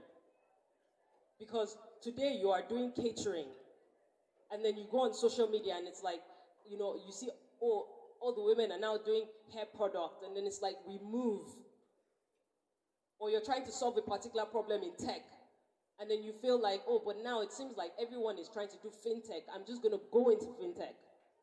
But you don't realize that the reason why you were given this particular problem to solve is because you, not them, have the capacity and the gifts to solve that problem. That's why you're there. But a lot of times we end up moving and then we start asking ourselves, why is this thing not working for? And even where it works, I've seen a lot of people who it works for, but they are still unfulfilled. So there's still a part of you that is every day saying to yourself, yeah, I'm succeeding here. Yeah, people know I'm great at this thing, but that's not really me. And that's not really what I want to be. So even as we gas ourselves up and say, yes, we're women. Yes, we're going to have an amazing future. Yes, the future is female. Let us understand that, yes, we are women collectively, but we each have individual identities. And that there is no one single type of woman.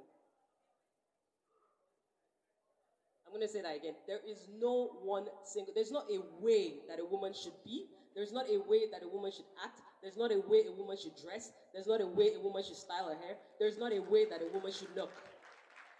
There isn't. Right? In fact, womanhood and femininity is actually character. Character, attitudes, values, things that we cannot even see. Things that are not on the external.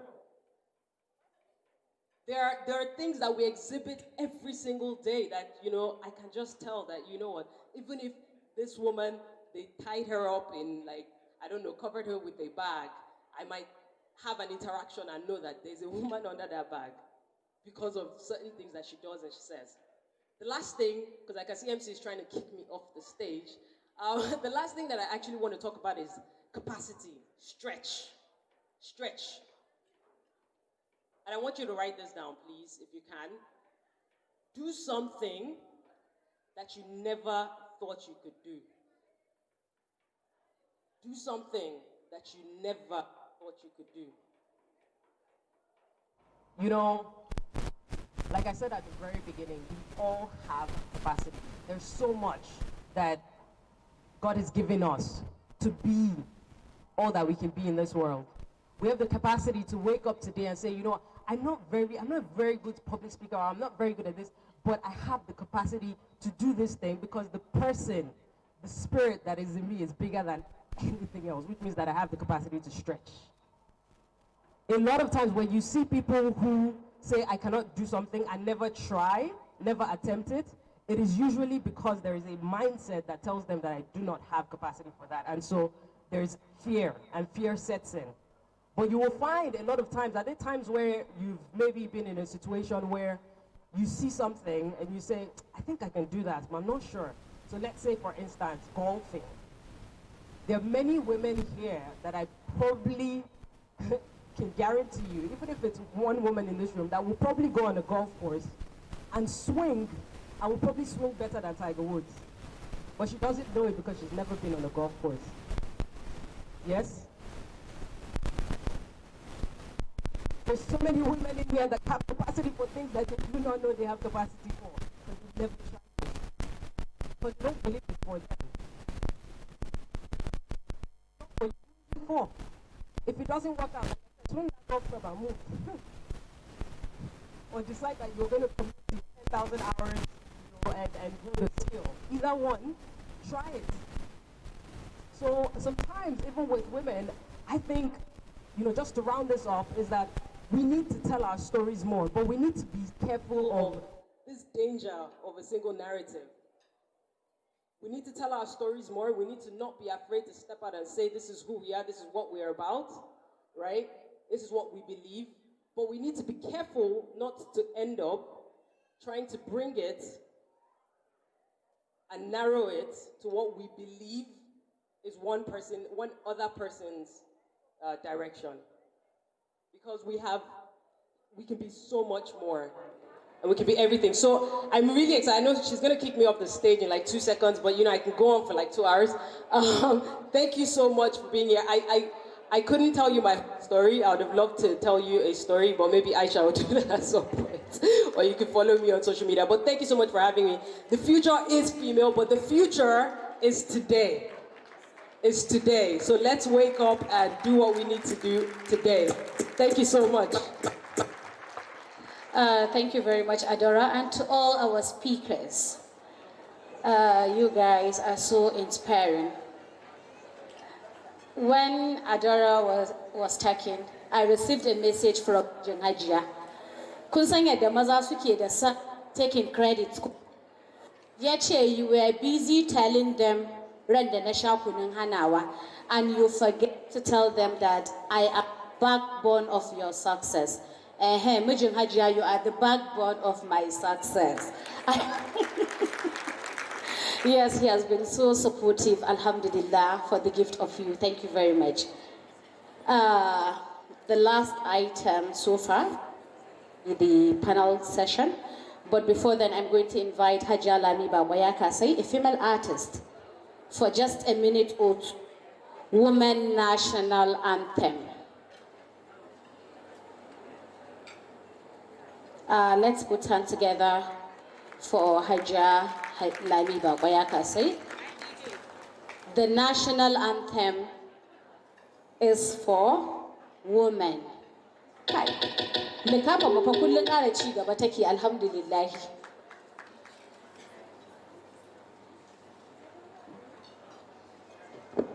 Yeah, this is our song, and we are going to sing it together, and every woman here will rise because this is our song.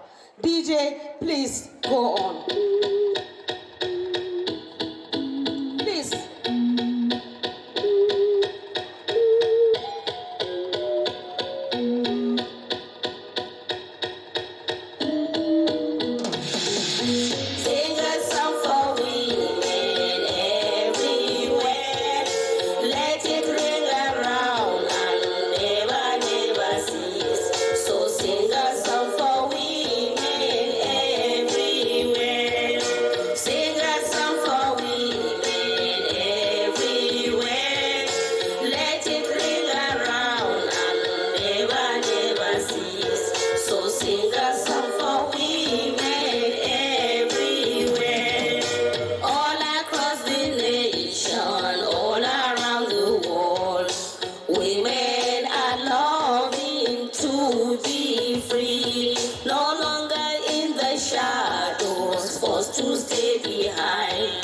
Side by side in true equality. Sing a song for women everywhere. Let it ring around and never cease. So sing a song for women everywhere. Sing a song for women everywhere. Let it ring around and never cease. So sing a song for women everywhere. Equality, development and peace. Women can be silent all around the world.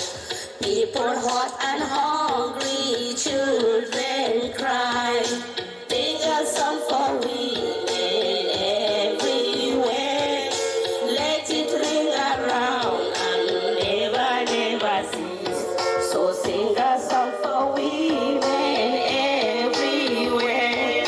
Sing a song for women everywhere. Let it ring around and never cease. So sing a song for women everywhere.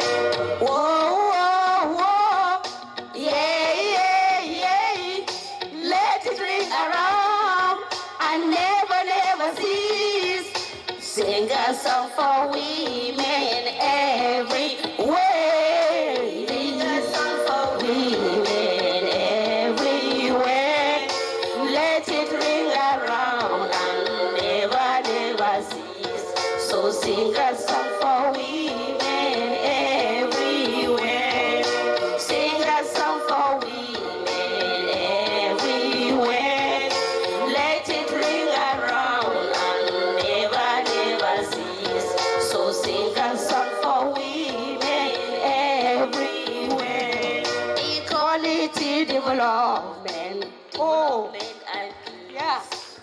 I thank you all.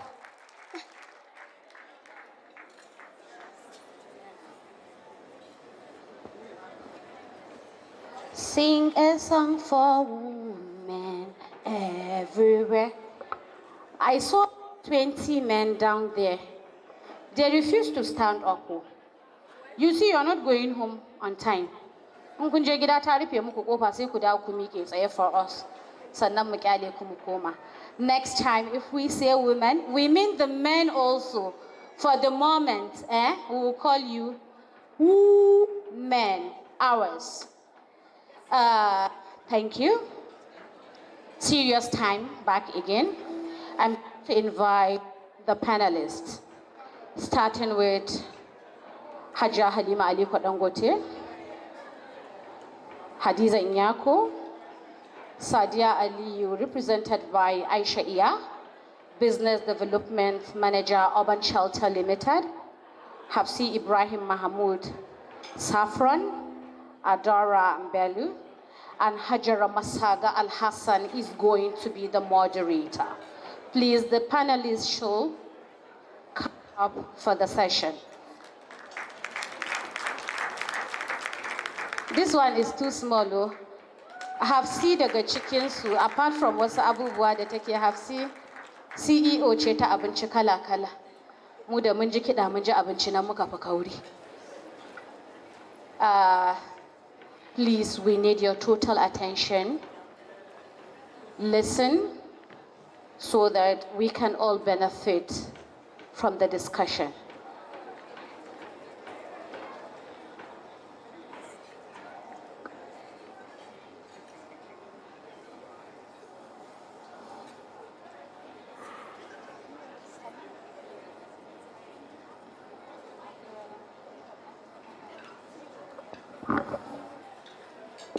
Assalamu alaikum. Hello, everyone.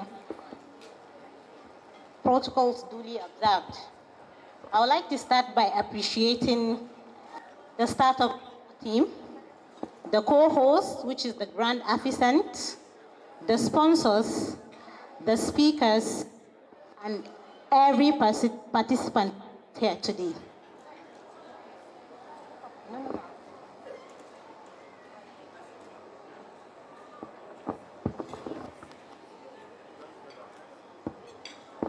Let me also use this opportunity to acknowledge all the speakers for once again enlightening us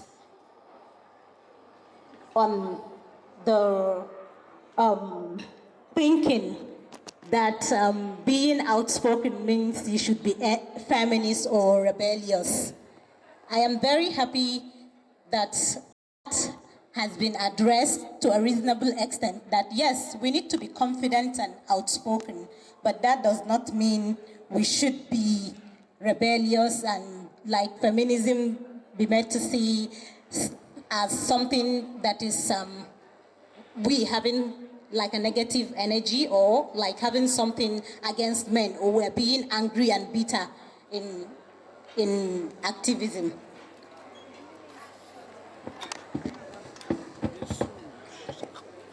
As creative inventors or small business owners, we must understand what solution we are providing when making decisions.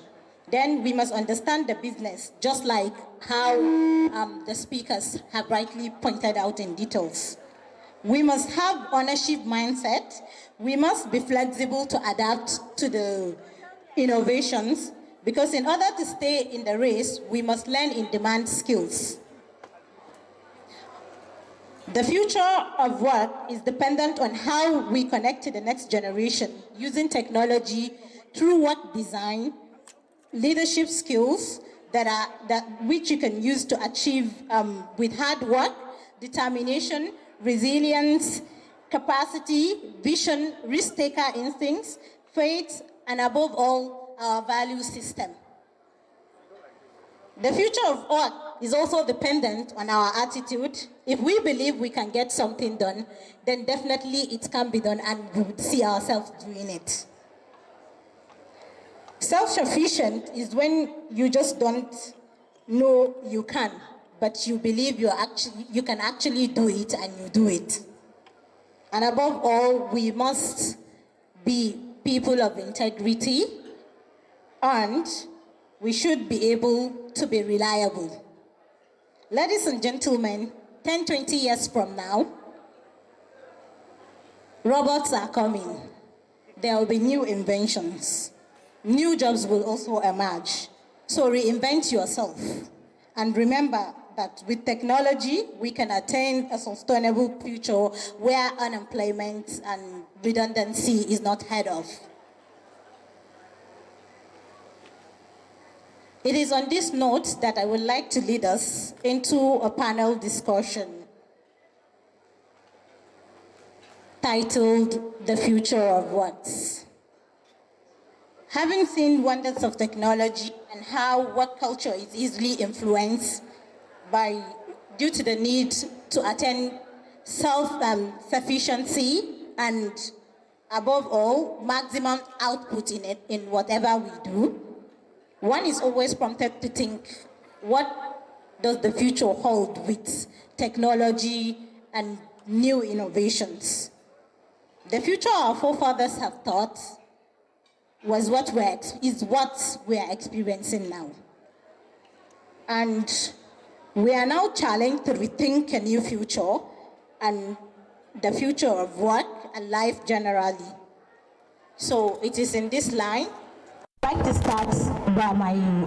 like to start with my keynote addresser in person of Hajia Halima. I would like her to let us have an idea of her views on what is the future of work in Dangote Industries with technology springing up every day.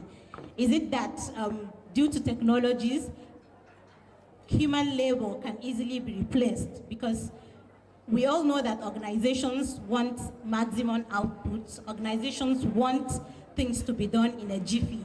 So, ma'am, please, would you let me on this? Do you think technology would inspire one of the largest Africa's industrial conglomerate to replace human labor with technology? Thank you. Good afternoon again. I would say absolutely not. Robots aren't coming to Africa or Nigeria till like maybe in the next 150 years. I will be very, very honest with you. So our job today is to create jobs. I'm sure from the story of Dangote Industries Limited. By the way, I need to correct, I think the corporate communications department of the company brought to my attention that I need to correct something. I was introduced as Executive Director, Sales and Marketing, Dangote Flour Mills. We've sold the company. I resigned, I think, end of October. So, but I'm still within the company, obviously. So back to your question, I would say absolutely not, but I would stress that digitization is part and parcel of most organizations now. We don't like making decisions heuristically in the sense that, let's say the president knows the market, he knows the thinking of the customers because he's been with them. The best way to do it now is an outside-in view. And the most efficient thing to do is make sure that you have data. So when you're making decisions, it will be data-backed decision-making. When you're doing like customer survey, is a quick, online survey, or is a quick update of my sales. If the salespeople are in the market, they should have a device where they will take a picture. Okay, this is the display. This is what we have on every tabletop. This is what we have in this neighborhood market. This is what this customer is doing. This is how the stock level has gone down. So that's what technology is for Dangote, is to make that accountant more efficient in doing his work, we're investing heavily in what we call backward integration program through sugar and rice, where outgrowers are empowered but through technology, where we have to go back to our roots.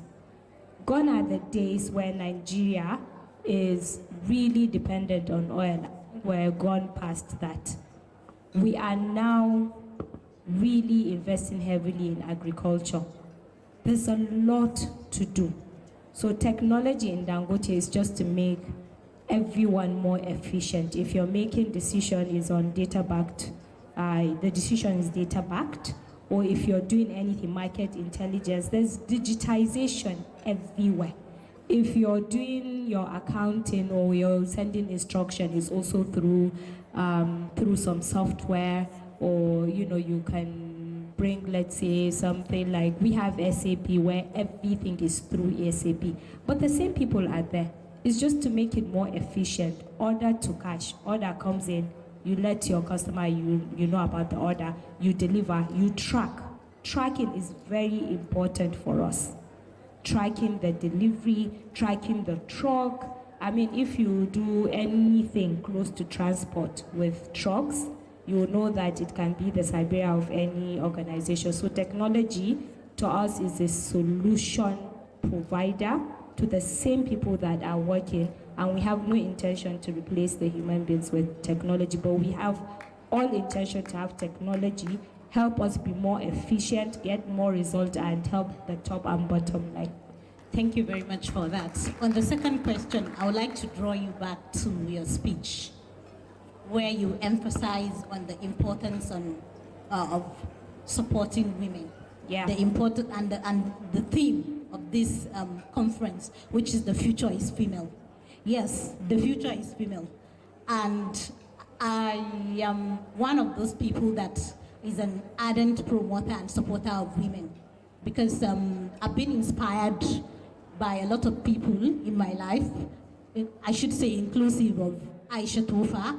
I've been so far inspired to support more than 500 women back in my state. And I am saying, I see myself in future supporting more women even outside my community. And now, with all that, what do you envisage the future of women in the industries, especially in the productive industries? Do you believe in employing more female, or do you just sit here like you said it? You said it that any woman who doesn't support a woman has a special place in hell, which I also believe in that, and I love that. But how do you see the future of these women supporting women in your industry and in Nigeria, and probably at a global scale as well? I mean, women, I don't know if it's because of the upbringing of my father. He was raised by a very, very strong mother, single mother, and he has only 3 daughters. So obviously, he's a first thing that comes to his mind, the potential of a woman. I've mentioned to you earlier that I've never seen a truck company. We own a transport department where we do have women as truck drivers. So we're not just starting on empowering women.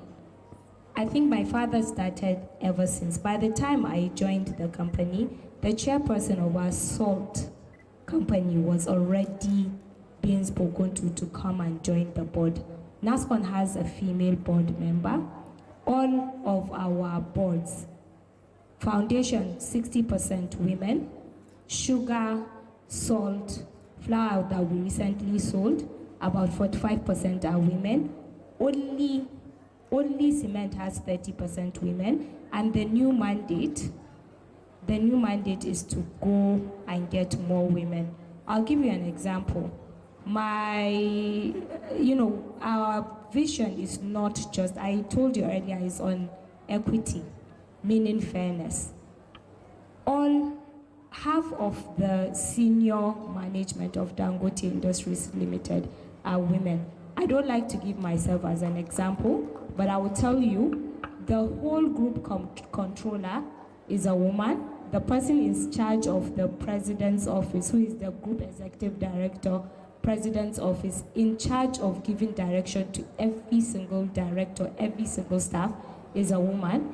Our chief financial officers for 3 of our companies are women. I can go on and on and on. Our head of tax is a woman. So by the time... Does this mean future of more and more women in the Dangote industries? It's not future, our own is present. It's been happening.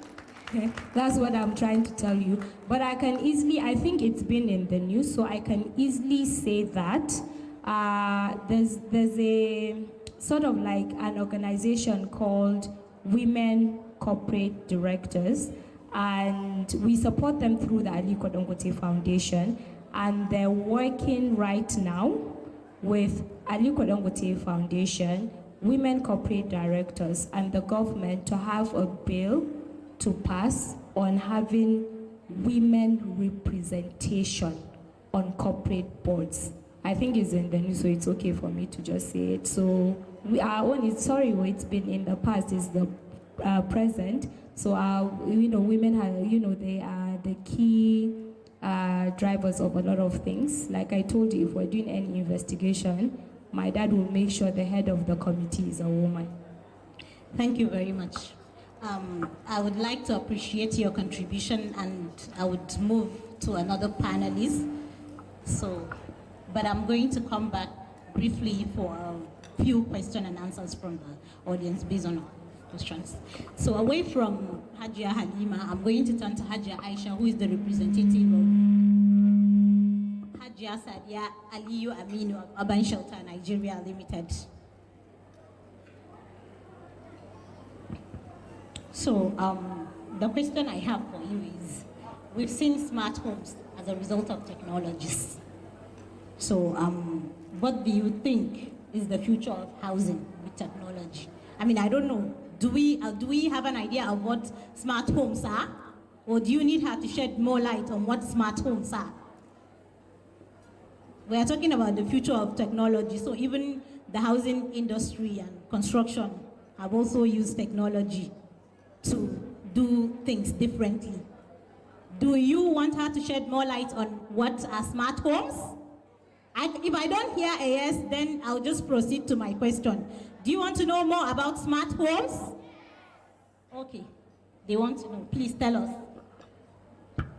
Good morning, everybody. Just to dive into the question, smart homes are part of the future. They're here now. A smart home simply means being able to control your house remotely, whether it's from your phone, which back then it has been developing further and further. Now you can do it from work. You can turn off your lights from work if you forget. You can turn off your gas cooker, you can turn on the heating, whatever it is. So the future is now, it's happening now. We're already incorporating that into a lot of our homes. Doorbells are not even just a simple bell where you ring and then the person has to check the window whether they want to let you in or they want to send the maid and tell you they're not home. You can see the video, you can see it from your phone. When someone rings the bell, the video comes up and you see who's at your door. You can turn off the lights, like I said. There's nothing you can't do with remote controlling. So that's what smart homes are. Coming to the question.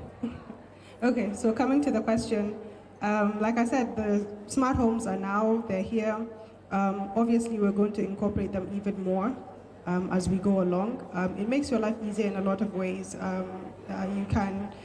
It's easy to forget, your curling iron or the gas or something like that. And now that I'm away from home, is simply to open my phone and say, let me turn off the gas, let me turn on the heating.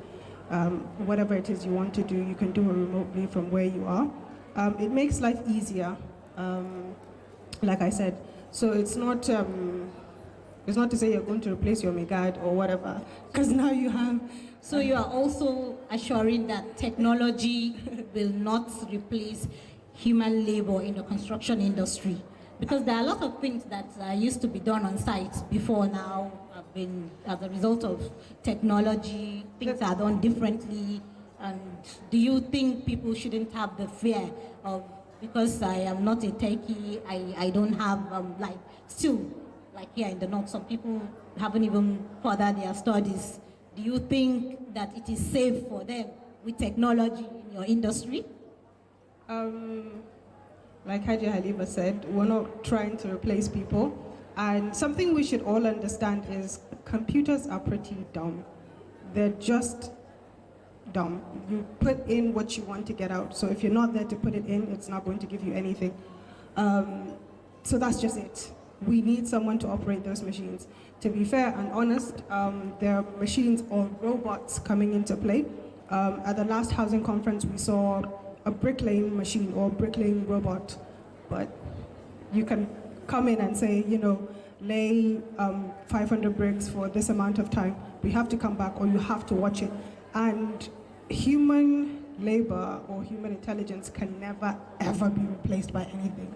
Thank you very much. Because you need to supervise that. My last question is, I'm going to go back a little bit to what Adora and Hajia Halima were saying. The future is now, actually. Like some 30, 40 years back, women are not even in leadership positions, especially here in the northern Nigeria. But the last question I have is actually for your MD, who is a woman leading one of the largest real estate firms in Africa. So is it safe to also say that, yes, that future of women is even today, not the future is female. We are the future is now, like Adora said. Is it safe to say that in terms of your own organization's policy in employment and giving women the chance, just like Hajia Halima mentioned what the Dangote industry is doing for women? Yes, I'd like to say that in our company, Urban Shelter Limited, we also have about 45% female, and it doesn't just stop in the offices. Sorry to cut you. Hello? We need to have one house, please. We're talking about a lot here. We need your listening ears. Mind you, I'm going to give you a short window to ask these amazing women who are the future questions that you may have.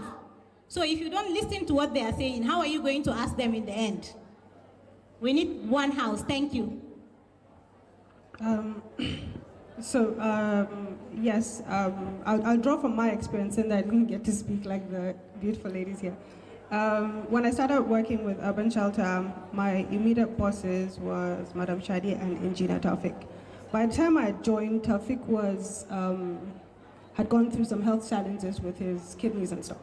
And he was an engineer, so one of the major policy changes we had in Urban Shelter was to have engineers be the project supervisors. So you know when things are going awry and the houses are, above par. What had happened is Engineer Taufik had gotten sick, and Madam Shade, who joined the company later than him, is now a project manager. She's now on site. She's now basically doing his job. So to draw from what all of these ladies have said earlier on, your purpose, whatever it is, your capacity, you have to stretch it, you have to follow it. She's now the person on site. She's now technically the engineer, but he has done a lot for the company that now we have a new entire department because of him, which is business development and project development. So he's still there, he's still active, but now if my boss wants to send someone to site, he's not going to send Taufik. Shade is more active, Shade is on site, she would walk like 3-5 kilometers and she'll just be like, let's keep going. I'm like, no, can we go home? I'm not going to keep walking. So it's that. You need to follow your dream no matter what. You need to understand that whatever it is, you can achieve. And women are not just to say you have to be at the office. If you want to be that pioneer or in front of the line of production, you position yourself to be that. You show and strive and do that, and obviously it's going to happen. We have women all across the board when it comes to construction. So it's not to say, engineering is not for women, which is a stereotype I think we're slowly but surely going away from. But a lot of the time back then, it was that engineering or civil engineering it was just for men. You know, you can't do it. You can't go in the sun, which is what I was told a lot myself, that, you know, I can't stand the sun. My color is not for the sun, you know. I'm gonna turn red in the sun. So that kind of thing, that kind of discouraged me and turned me away from that. But it doesn't stop me now, like I've seen my immediate boss do, Madame Shade. She now is a project manager. If a lot of people on site call her engineer because they don't know the difference. Most people know that the project managers are usually engineers. So, but she's there in the front lines and doing the work. So do your organization plan to absorb more women? Or, even though I know you're doing much, because as one of the promoter and empower of women, I've gotten sponsorship from your organization to empower more women than I have thought I would empower during my empowerment scheme. But the question is the future. Does Urban Shelter intend to make it more easy for women to be in the building industry or to empower women even outside the industry? Like we said, the future is now for our company. My colleague is pregnant. I just got married. We have a new lady who is going to get married. Marashade is a woman, she has kids. It's just in the office, it's just the project manager, the GM, and Tafik. Right, so it's almost... Other people are women. Yes. And you intend to have more yes, women. So it's thank you very much. When it comes to practicality, you hire based on who is best, not because you want more women or more men. That's how it works. Okay, thank you. So moving away from the real estate giants, I am going to go to our Hajia Hadiza Nyako of the henna and the clay foods. A lot of you that have been to Lagos are familiar with the henna place and clay food, because that's where you get all the northern delicacy, like you are in the north.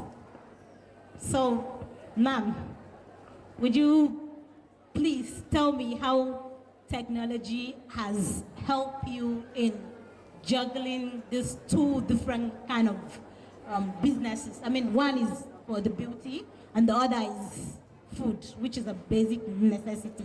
How has technology made it so easy for you to come this far? Thank you very much. You're welcome. Be here. We had initially, because I have a co-founder with Fatima, wanted her, because she has more links to Kano, I wanted her to be here instead. And I just thought they could relate a bit more to her. I felt like if I was speaking Hausa, you might not get it because I'm a Fulani person and my Hausa isn't great. But last minute I decided to come myself because it's such a good, and I think it's important women hear different perspectives from different women, and you can pick and choose what you relate to, and it's important that you have a mentor. Back to your question on how technology has helped us. For us in Henna Place and Clay, it's been very important in terms of efficiency. But not just that. For us, it's been about building structure. You know, if you're doing a business and you want things to run properly, even if you're not there, you have to put structures in place. And what technology has helped us do is made sure, even if I'm not there, there's a system that people go through. So I have an accountant that plays and goes through Henna Place. She understands what is going on, even if we're not there to give her feedback. She understands what has gone out, what is in the place. However, I still have an accountant. Like, it has not replaced the fact that you still need people to do these jobs. And it's just made things a bit more efficient. But I think where we are in Nigeria, we're still a long way away from having robots take over everything. We're not in Japan or Singapore. Do you understand? We have a while to go. And it's important that we keep up with technology. I'll say that as an SME, it's been fantastic for my business, not just in terms of efficiency, in terms of like marketing as well. Between Fatima and I, the people are a handful legal. But when we started our business, because we had social media, And that comes to technology as well. We had used it. Say social media, I don't mean WhatsApp, because WhatsApp are still people that you know. WhatsApp are still your family members. So go out of your family members and the zone of just your friends. Social media is key to any business. Trust me, you can be in, I'm from Mayabalua, a village in Yola. You can be in Yola and be sending things to wherever. So it's absolutely amazing. If you're not on it, please, if you're in business, you need to be on social media from today. Get somebody to open it. The person that opened it for us, I think, is your cousin. She just came to the store. This was the first year, 5 years ago, and told us, oh, you're not on Instagram? Let me open it for you. Fatima. She just opened Instagram, and I read somewhere, I think along the line, that make sure you post at least once a day. So even if you're not a social media person, try and write something at least once a day about what you're selling or what you're doing. And it always trickles down. Get people to tag you, get people to repost. So for me, apart from efficiency, it's being able to put in structures and make sure my business is a bit easier for me. I hope I've answered your question. Yes, you've done the justice to that. Thank you very much. And I'll have a second question for you. Okay. You see, for whatever has advantages, has its disadvantages. Although it depends on how you look at things. It depends on how you make use of the social media. But what's your technical challenges when it comes to juggling these two businesses? Do you have challenges? I think with every business there's challenges anyway. There's a lot of uncertainties, there's a lot of risk you're taking as a business person. But if you have your goals in mind, you know what your end result will be. And it takes consistency and hard work. And I think one of the speakers mentioned earlier, don't follow the trend. I'm on all these platforms, not because I want you to know anything about me. I want you to know about my business. And I remember, I think a couple of years ago, when we took on the third branch, we decided to get a PR person to do a bit more promotion. And she kept wanting Fatima and I to be in interviews, put your face out there. They need to, she mentioned, even Dangote goes out. I'm like, it takes time to get there. We're an SME. I don't want anybody to come into my personal space. My friends, I've had them for donkey years. I don't particularly want to expand on them, So it's important that you guard whatever you're putting out there as well.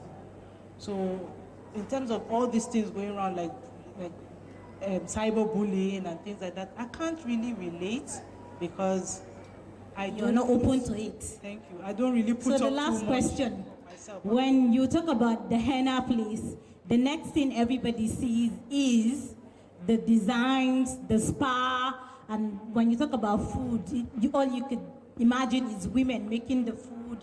And now we're here talking about the future is women, as if it's not enough. Yes, we know the future is female. Yeah, we're the future. But what about the men? Right, do you employ men in the henna place and clay foods? Are men making foods? Not particularly, no. I think it's only my security and driver that are men. So once you come into henna place, it's women only. Same with clay. I would say. And why is that? To be honest with you, the initial idea was to empower our own women, northern women, and particularly from the northeast. Fatima is half Kano, but we're both from the northeast. She's from Borno and from Adamawa State. So what we realized was there was a lot of women that have run away from the north and are now living in Lagos.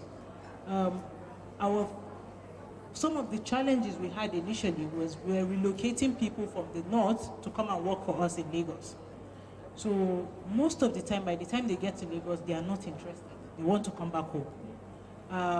We just made sure, with businesses, you always come across stumbling blocks and challenges.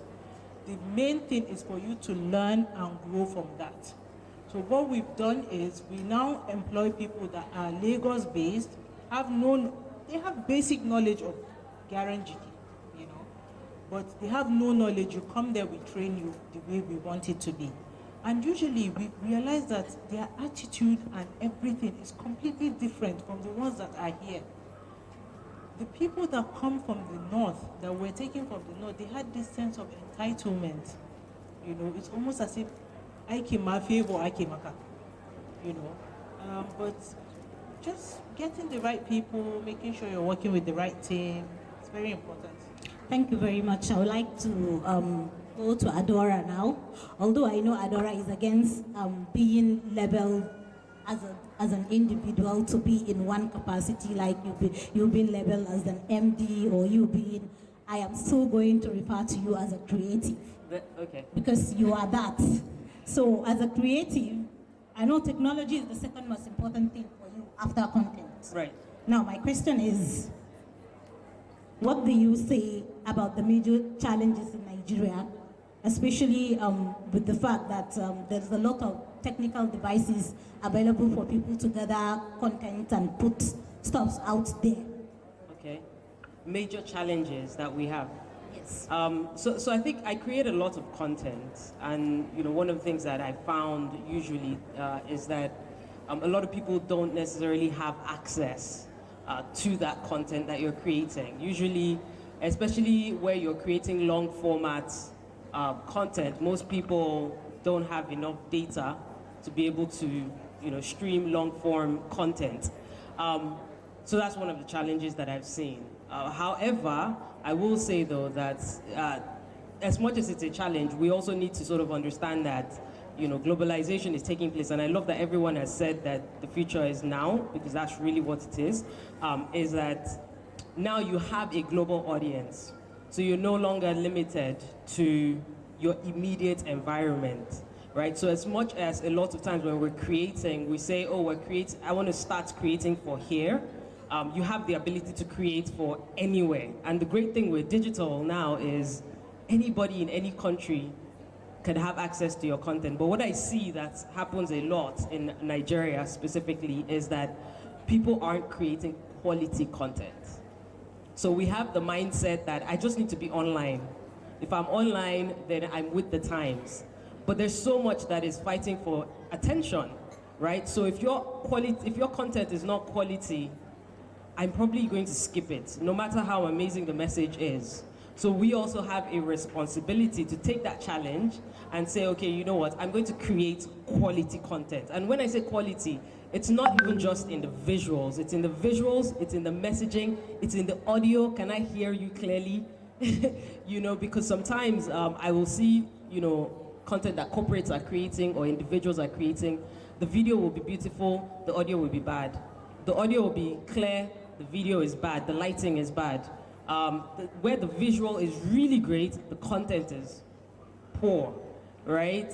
And so that content can't compete globally, right? I often say if you're going to spend time to actually sit down somewhere and create anything, create it as though you were creating it for the world. Create it as though you were creating it for global standard so that, you know, people can discover it anywhere and can relate to what you're putting out. So as a creative, 20 years, or let's say 5 years from now, as a Nigerian creative and with trends and technology, where do you see the creative industry moving, even though we all agree that the future is now? So I definitely think that, you know, technology is simply an enabler, right? Technology is not the end itself. You know, again, I agree with the women who have said, look, you cannot replace human beings, right? When you think about the definition of genius, for instance, we like to think about, you know, computers as being geniuses, but the truth is genius is basically exceptional intellectual, creative, or natural ability.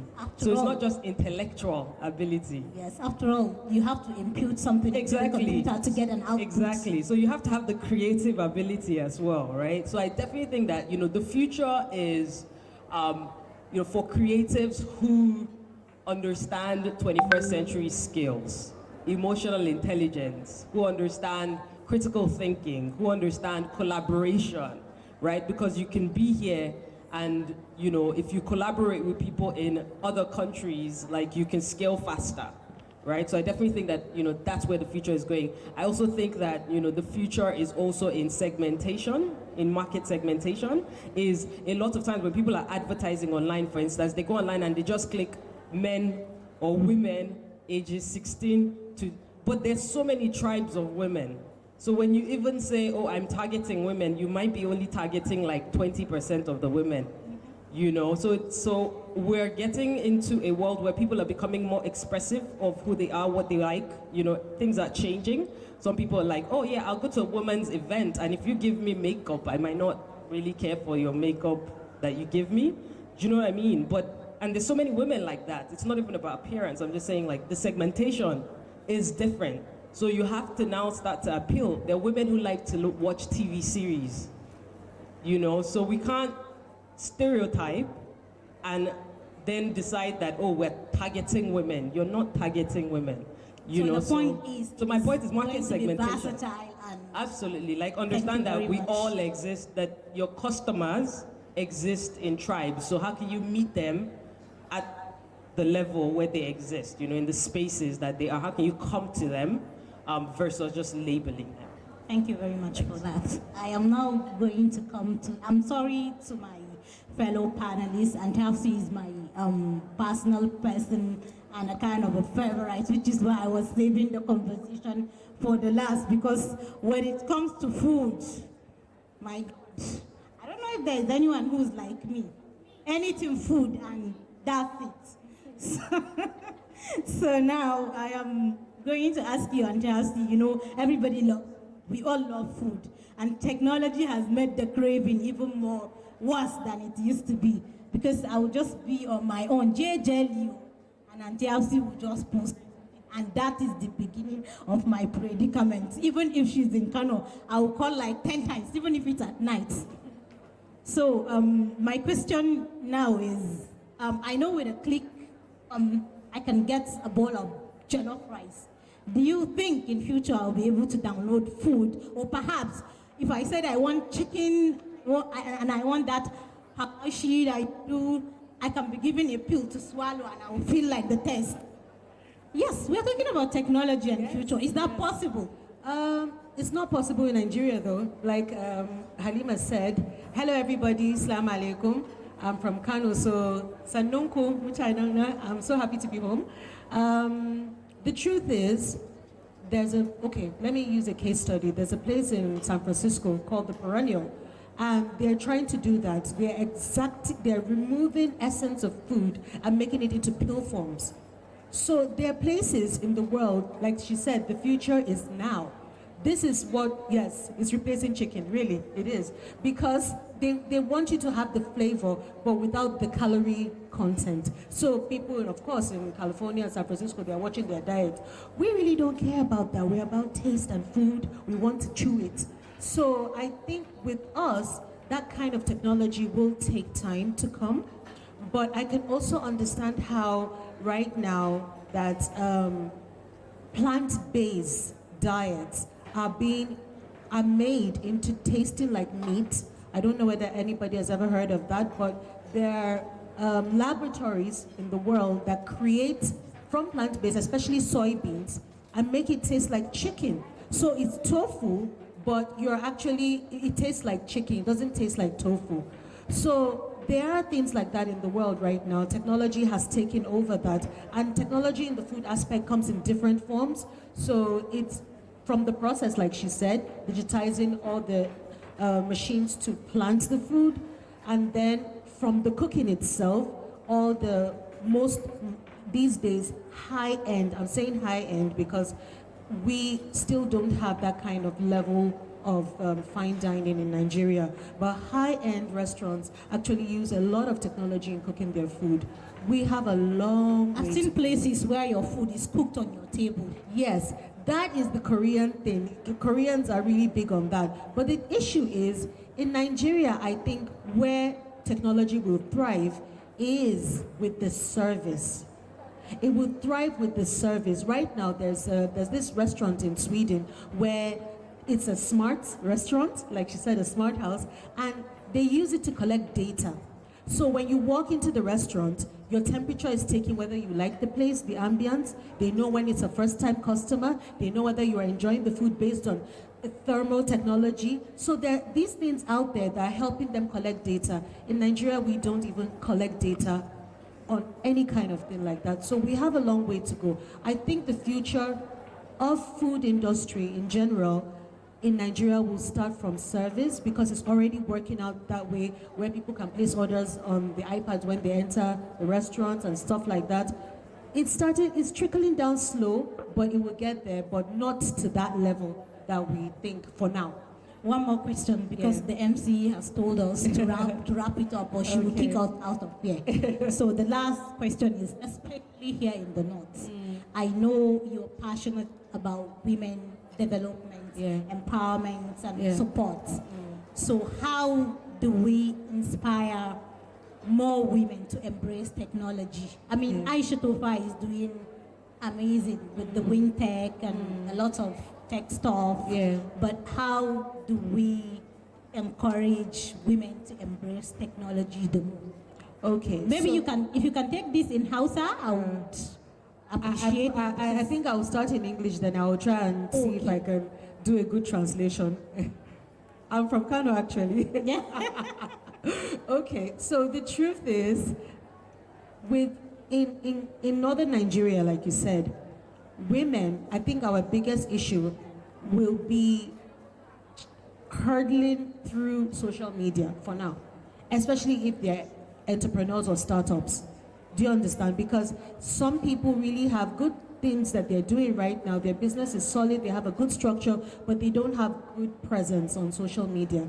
That's the only, or nobody even knows about them, maybe just word of mouth, because still word of mouth is the strongest form of marketing and moving your business forward in this side of the woods. So the truth is, if for our northern women to be able to move forward, they have to be out there. They have to be more out there. And I always tell them, look, it's not about likes. It's not about likes. If you are posting things on social media for likes, sorry for you, those likes don't pay your bills. It's not about likes. It's about you just putting your content out there and making sure that it's good quality content, and let people be drooling over, especially with food business. Let them take those pictures in an just angle like you are doing to me and take those pictures where the angle will really make them drool, and then they can ask questions, and then you can be able to converse with them. The truth is, I find that with many women, they are very afraid of that banter, back and forward, where they have to go with the customer. Like, for example, somebody will post something, kinain shinkapa, because customers really want to know your range. So that's the question that they will ask. So if you are afraid to be able to talk back and forth with the customer, your business will not grow, because you have to be able to put yourself out of your comfort zone for you to be able to move forward. Mistakes will be made, but the thing is, in every mistake in a business, you have to be able to learn from that mistake and make sure that you don't go back to it and use it to move forward. Thank you very much. Because I have been asked to wrap this panel up, or be kicked out of this stage. But I would still give the opportunity to 3 people to ask a question that would be answered in 1 minute by any of the panelists. So can I see hands from the back? And you raise if you have any question that you want to ask based on the conversation we've asked. I can see someone in a peach headgear over there in glasses. Can you stand up? Anyone? Okay, I can see a gentleman in white shirt. And I can see somebody back there at the, and I'll have to take 4. I'll take the question. And that's, I'm sorry, I'll take 4 instead of 3. The students over there. So please come forward.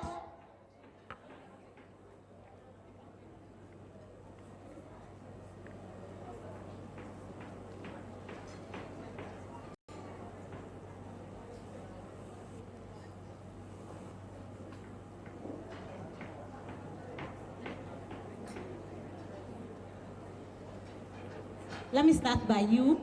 Miss Sunenki, come. You can ask any of them. Good afternoon, ladies and gentlemen. My name is Sophie Abubakar from Kano Girls High School. I want to thank the resource persons because we gain a lot today.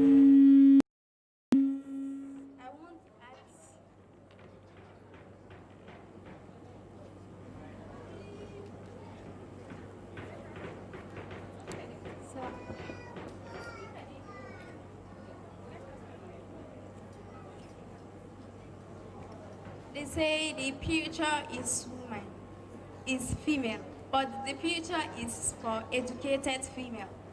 And I want to ask a question which says, like, I want to know some of our culture and society restrain us from furthering our education or go to universities and college, and want us to get married early.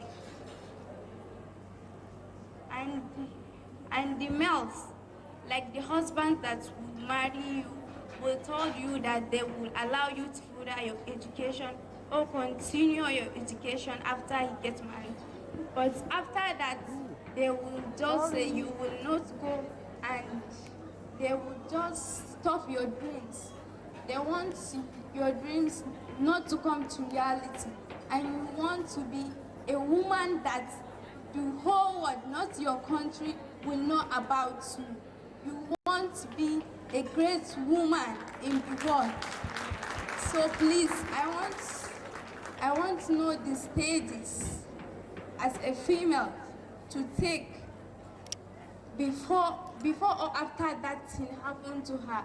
When she, like me, I want to further my education. I want to be a woman that the whole world will know about. Do you have anybody in mind that you want to take this question? So, who is going to take this? She said any of you can answer this for her. I am going to give it to my keynote addresser. I believe she's going to do justice to this. Thank you very much.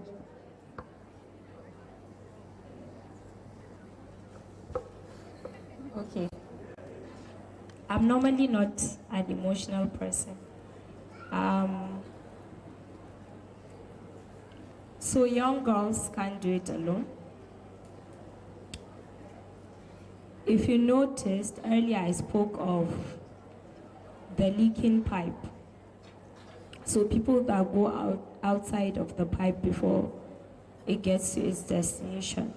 My prayer is the young, beautiful girl will not leak through the pipe.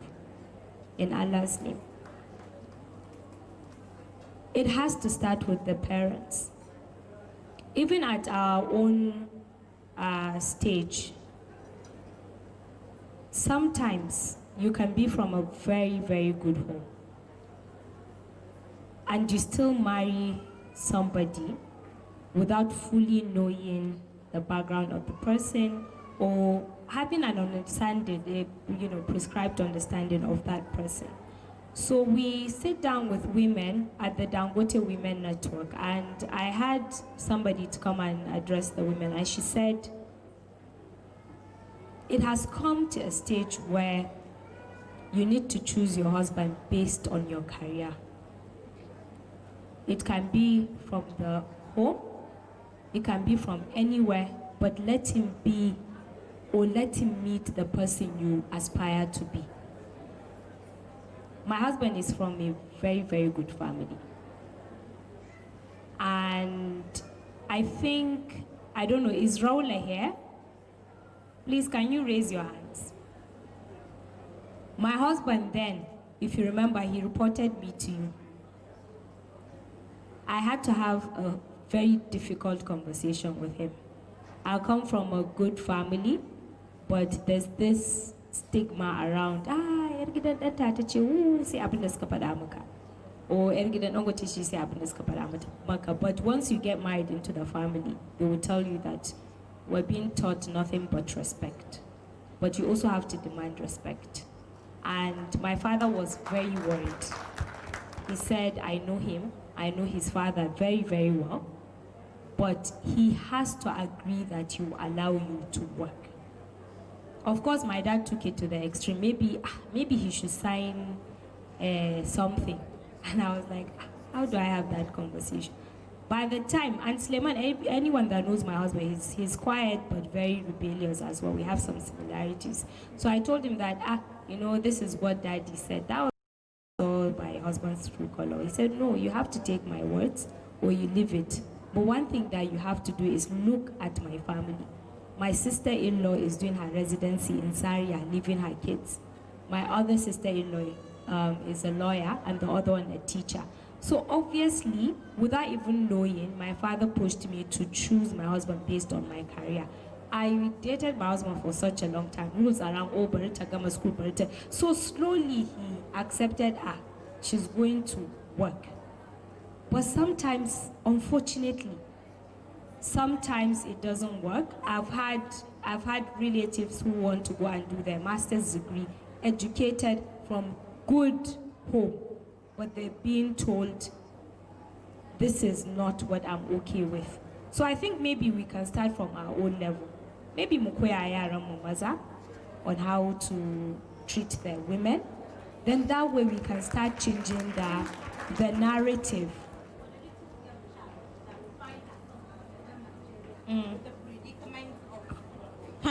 You can't further your education, you have to marry who I choose. What step should that girl take? Although I know there's a lot of advocacy with the fact that a lot of NGOs are coming, like you can report to your parents, but what would you advise? You shouldn't report your parents. So. My dad will always say that his root reason of why he has been successful is respecting his mother, no matter what. What he does is he goes around her. And she can say, no, she's an iron lady. I have some cousins. If I hear anybody report me, I'll just deny it. But, she's somebody who can outrightly say no to you. But you just, giving up is not the option. Is not the option. My number one thing is, please, as girls, you should know that there are no limits to your dreams, but encourage your parents. You're not the one who sometimes we're from homes where they will just select your husband. Do you get? So some things are chosen, some are not. Just try to empower yourself even from your house. It's unfortunate that sometimes the solution is never you give up. Giving up is not an option. Try to encourage yourself, no matter the situation, to try to still dream. Because the beauty of that is no one can take your dream away from you. And once you are able to dream, you would be able to do something at least. So you're going to be very brief with your question because the MC is already back on the stage and ready to take us out. Okay. Good evening all. I'd just like to use this opportunity to thank our guests, and they have done justice to this conference. My question is not a question, but an appeal. I saw the advert on social media, LinkedIn, and I applied it. I'm from Katsina State. So what I saw here motivated me a lot. And then I can see that's why women from Kano State are not having a lot of issues. But in Katsina, honestly, we are having a great issues. Because you will see a woman begging on street. You will see children begging on street also. I even conducted a research on problems associated with the care of destitute in the state. So please, I wanted to ask these founders if it is possible for them to please visit my state, motivate women, let them know their right, and then please help us out. Thank you very much. I would like to say you should see Aisha Tufa with this appeal. She's the one that can get that done for you. That's the convener. Wherever she is, I'm sure you can find her. Ask anybody around. The next person. Assalamu alaikum wa rahmatullah. Good afternoon to you all. I am basically from Kano. My name is Hamida Abbasani. I'm from Bayero University, Kano. I'm basically from Kano State, and I have already done my youth service corps. We have inspired a lot of women in our community, that's the local government.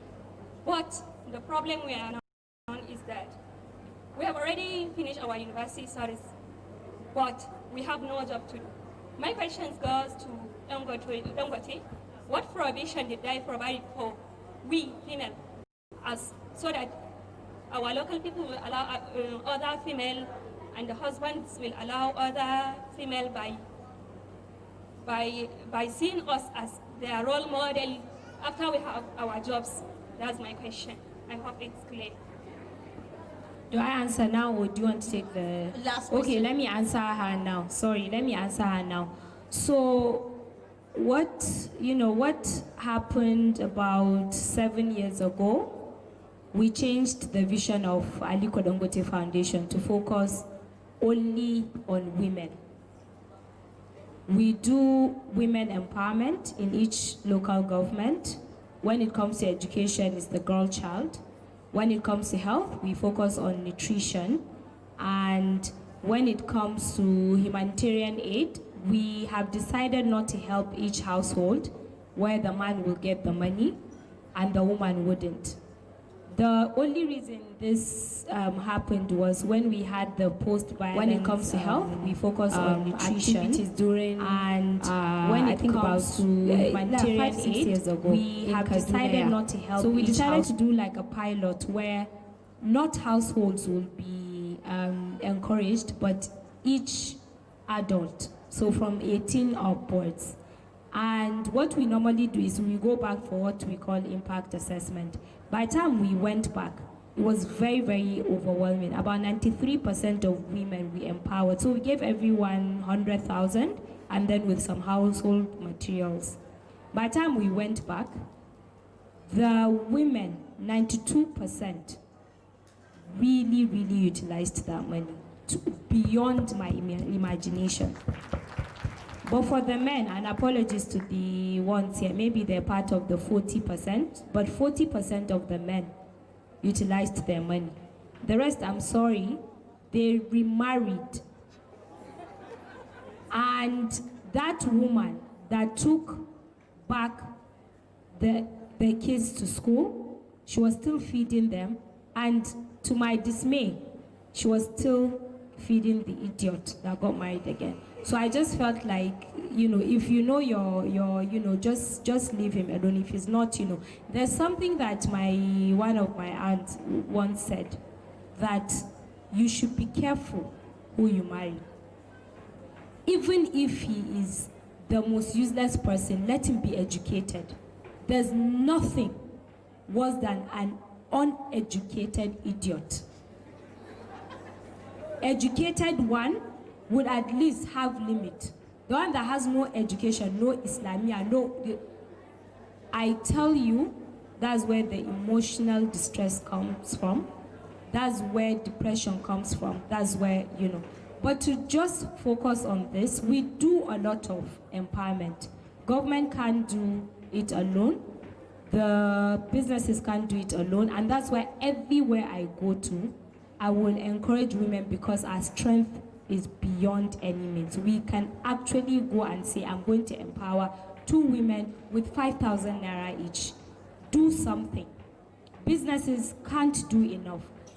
Government can't do enough. I've seen women build themselves, be self-sufficient with a small amount of money as 10,000 naira. That's what a woman can do. And please, sincere apologies for the men. It's just facts that happen that I'm putting on the table. And we have so many wonderful men. My dad is a man, my grandfather is a man, my husband is a man. So we have wonderful men. But what I'm saying is, why go and remarry when your priority is to take care of the child? So please, also, when you're choosing a husband for your kids, or you're choosing a husband, please choose an educated person so that you understand there's limit. And please, let's go out and help women. You can give 5,000 naira out. I gave you an example, Dangote Women Network. We got a bank that could invest 2,000 naira for you and show you how it can go 1,000 folds. These are things that, please, next time, I don't know where Aisha is, we should be able to bring banks that will encourage women to say, if you have 10,000 naira, I can make it 300,000 naira by the end of the year. I think that's very, very productive. And ways and people that work with women in their houses. I always say that we're all privileged. how do we look at the less privileged? The only way to do it, why addressing the privileged?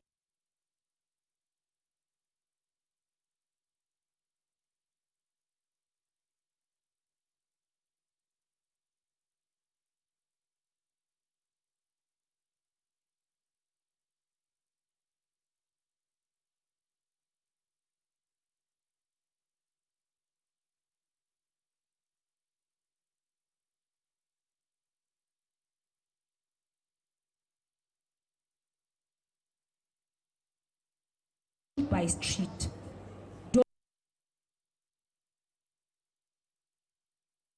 A woman's trajectory with only 2,000, 5,000 or 10,000 naira. You don't have to give millions or billions of naira. Thank you. Good afternoon, ladies and gentlemen. My name is Saidi Jibrin. I'm a fashion designer, entrepreneur, and medical laboratory scientist. So I'm so glad to be among my mothers, sisters, and everyone here today. Actually, I grew up among women. My younger ones, my cousins, all of them. Sometimes some people refer to me as Tanko because I behave like. Yeah. So okay, now my question goes to Naomi. So. Adora, sorry. When you finish, you need Naomi, or this one that you're calling her name. She's right. So. Okay, Adora, sorry. One issue right now we are facing is that in the society today, you see there are some men that really want to assist women. But the society have a notion that any man that comes forward to assist any lady, that you want something in return. Especially maybe you want her body or something else like that. Yes, that is what the society thinks, even the ladies themselves. You know, so I just want to know, how do we remove that notion, especially among ladies, that there are some men that really wants to help them to achieve their potentials. You see lots of ladies out there with lots of potentials, lots of creativity, but when you try to help them out, they will try thinking that, oh, what does this guy want to return, stuff like that, because you are not a family member or stuff like that, just a stranger, most especially in the north here. So please, I just want you to, if you can shed light on it, how you can remove that notion in society. Thank you very much. Thank you very much. So first of all, I'm not sure if I want to completely eliminate that notion, because you said, let's remove the notion. I don't know if we should remove it, but I think that, I hear you on your concern that there are people who want to do business with, empower, and work with women. And yes, we do sometimes tend to feel like there is more strings attached to that, which is what you're saying. I think the important thing is to, first of all, create very clear value with whatever it is that you are offering, right? Is to create that clear value. This is exactly what I'm about. This is the product or the service that I'm offering. And then even at that, there's a part of me that is hesitant, because even at that, sometimes you will have people of the opposite sex that will still try to take advantage of that. But I think this is where your core value system comes into play, right? Is what are you about? And how can you not put yourself sometimes in certain types of situations? In some cases, you cannot help some of the situations that you might find yourself in. However, I think we also have some sort of a responsibility to be able to say, this seems a bit dicey. So perhaps, I'll tell you my case, for instance, wherever I felt that this is a conversation that, might go a different way, I bring in my business partner who's a man, and I'll just call and say, I'm coming with my business partner. And, we'll go in there and we know what roles to play per time, right? So sometimes that's important as well to sort of find that balance, how even if you don't even have a male business partner, you can call in a brother or someone that can play that particular role for that particular period of time. But for women in general, I think, instead of just, to help him answer the question, instead of just us saying that this is what people of the opposite sex want from us, I think we should give some sort of a room, I guess, to the possibility that we actually, not possibility, that we are more than that, because there is the limitation that society has put on our minds sometimes, that the guy just likes you and, and really he likes your work. So I think we just need to place more value on what we are bringing, and we need to be verbal about who we are and what we're about, and be brave enough to really take our stance on whatever our value systems are. Sometimes when you are put in situations like that, you don't want to cower to try and make the other person comfortable, right? So you don't want to make the other person feel like, oh, because I want to make this person happy for this period of time, I'm going to cower on my values. You also have to stand your ground and take a stance. Thank you very much. I hope we have done justice to our conversation on the future of work, and the future is female. Once again, thank you to the panelists. I would like all of you. Oh, okay, we shouldn't.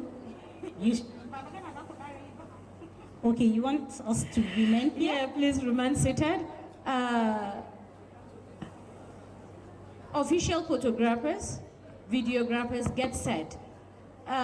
Startup can, please, team members, come forward. We're going to have an official photo session, yes, with the panelists. Please. Me katanga ina masu hotuna mu da Allah ku sauri. Minti ɗaya muke da shi, one of our guests is going. Waɗanda suke fita waje, na waje ku shigo, na ciki ku tsaya. Which one is ku tsaya? Na ciki ku zauna. Za mu rufe kofa. Ba shiga ba fita, an saci ɗan ɓarawo. No, we are going to the last item of the event. And da Allah masu tafiya ku haƙuri ku dawo. Kowa yana da certificate. So we are giving out certificate for each and every person here present. So please kindly get seated. Don't forget, we have 3 major partners for this year's Founders Conference. The AfriCent, which are the co-hosts, Dangote Industries Limited, and Max Air. I'm happy to announce to you that Max Air is flying to new destination. They added their destination now. Kano, Abuja, Lagos, Yola, Bauchi, Benin, Owerri, Sokoto, Maiduguri, and Port Harcourt. So wherever you are traveling, Max Air will cover you. As well, the CD that was played, that Women National Anthem, we have the CDs available at 1,000 each. Wannan waƙar mai daɗi da aka saka ɗazu ta mata ɗin nan. Sing the song for women every time. Akwai CDs na sayarwa 1,000 only. In muku karatun na 'yan banki suka ce 1,000. Also, daga an gama wannan hotunan, we have stalls at the back. You can simply go there, check on them, buy what you want, and give me the remaining money. Yes, I can save it for you.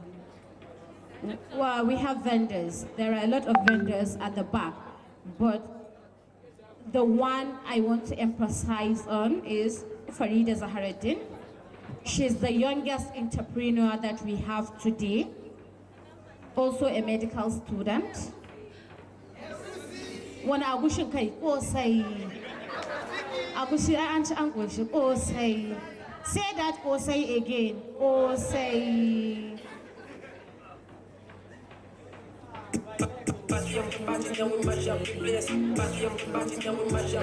Thank you very much. The men also are agreeing that the future is female.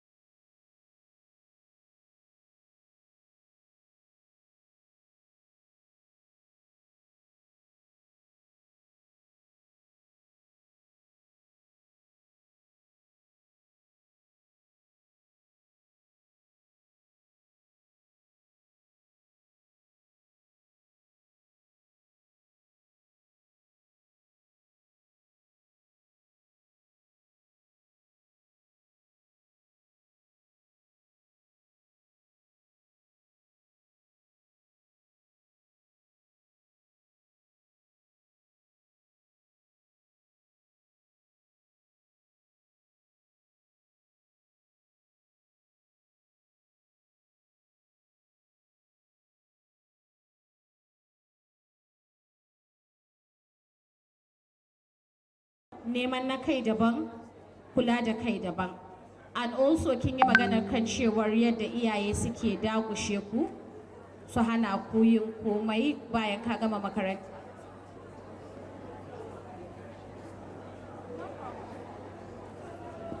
I know of a lady, she lost her father just 2 weeks ago. She's in SS3 now, about to write her NECO and WAEC. Unfortunately for that girl, not up to 7 days that she lost her father, the elder brother of the father was saying, just I think on the 3rd or 4th day, za mu koma ƙauye, amma ba za mu tafi ba, sai ummi ta fitar da miji. Yes, a cikin garin Kano ba a wani gari ba.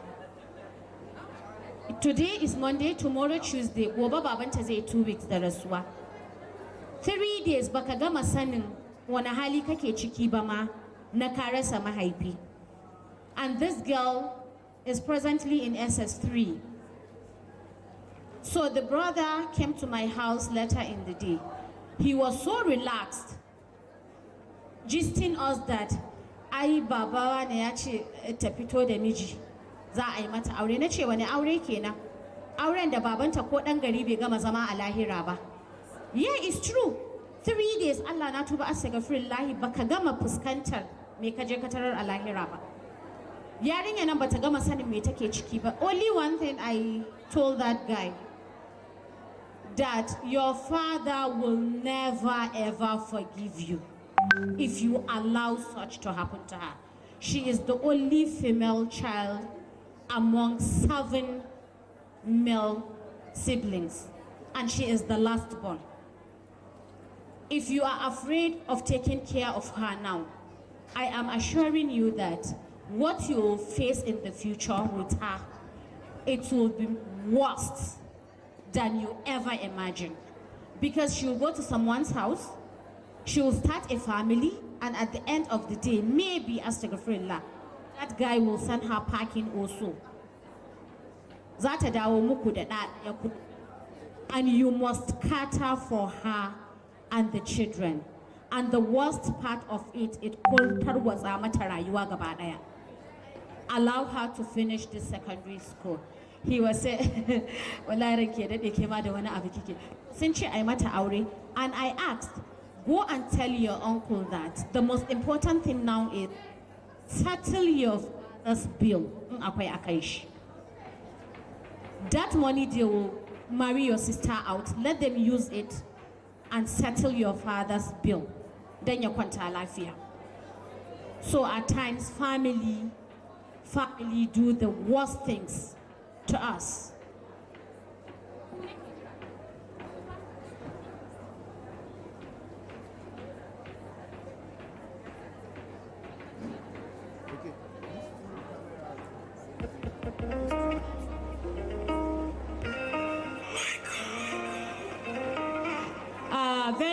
Vendors, get ready.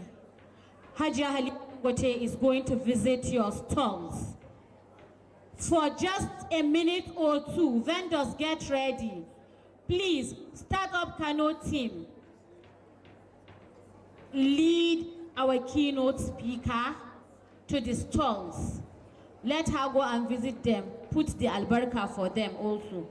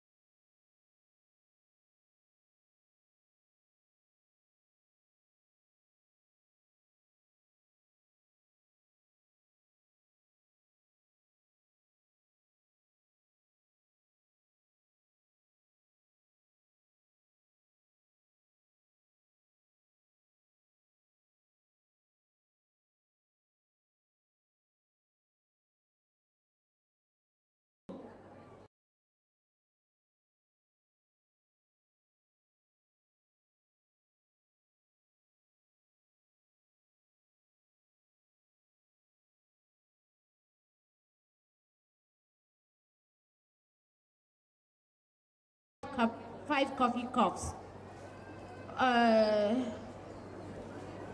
Akwai masu turaren wuta a baya da kujeran tsugunu na turaren wuta. Don't forget with Max Air. Max Air, 9 roads. Yes. No more panicking when you're traveling to Maiduguri. Max Air, they cover your pew.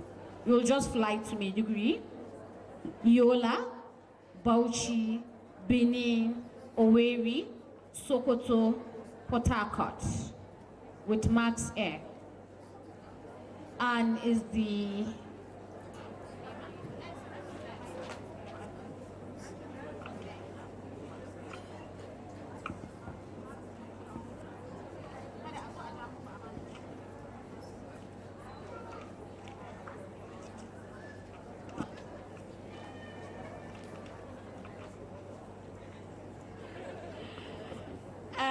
Max Air is not only domestic flight, it's an international airline based in Nigeria and is the country's largest serving international airline, established in 2008 by the business mogul Alhaji Tahiru Barrow Mangal from Katsina State. So if you are flying Max, you can easily contact me and Aisha Tufa.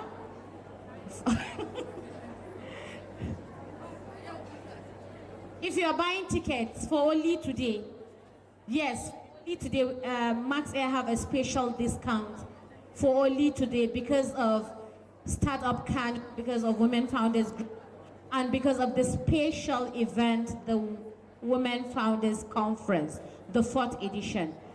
These are the brains, the heart of Startup Kano, Aisha Tofa, and Oga Ahmadi Medunia, the way I used to call him. The journey so far, I promise you, you can't afford to miss not listening to them.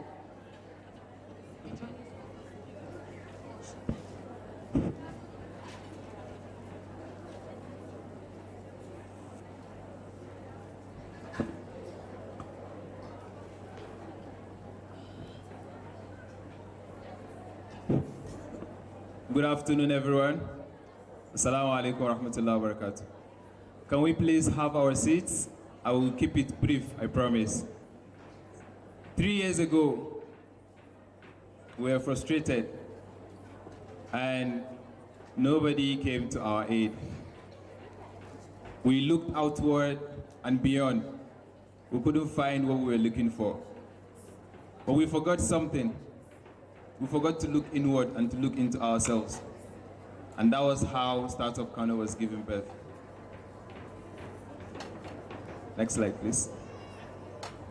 So I'll be using the slide to aid my conversation. And next slide, please. Next slide. So what we do at Startup Kano, we get phone calls, emails, Instagram messages, WhatsApp. What do you do at Startup Kano? We see you do this, we see you do that. What exactly do you do at Startup Kano? So basically what we do at Startup Kano is we incubate technology startups and accelerate businesses, and we empower people to have skills for life. We believe that to stand tall in the 21st century, you need skills that will aid you in running your business and also to develop as a human being. Next slide, please. The problem has been that Kano, being the center of commerce, Kano is left out of the digital space. And Startup Kano, we task ourselves to be where technology meets entrepreneurship to build the future. Next slide, please. Okay, I think the slide is a bit mixed up.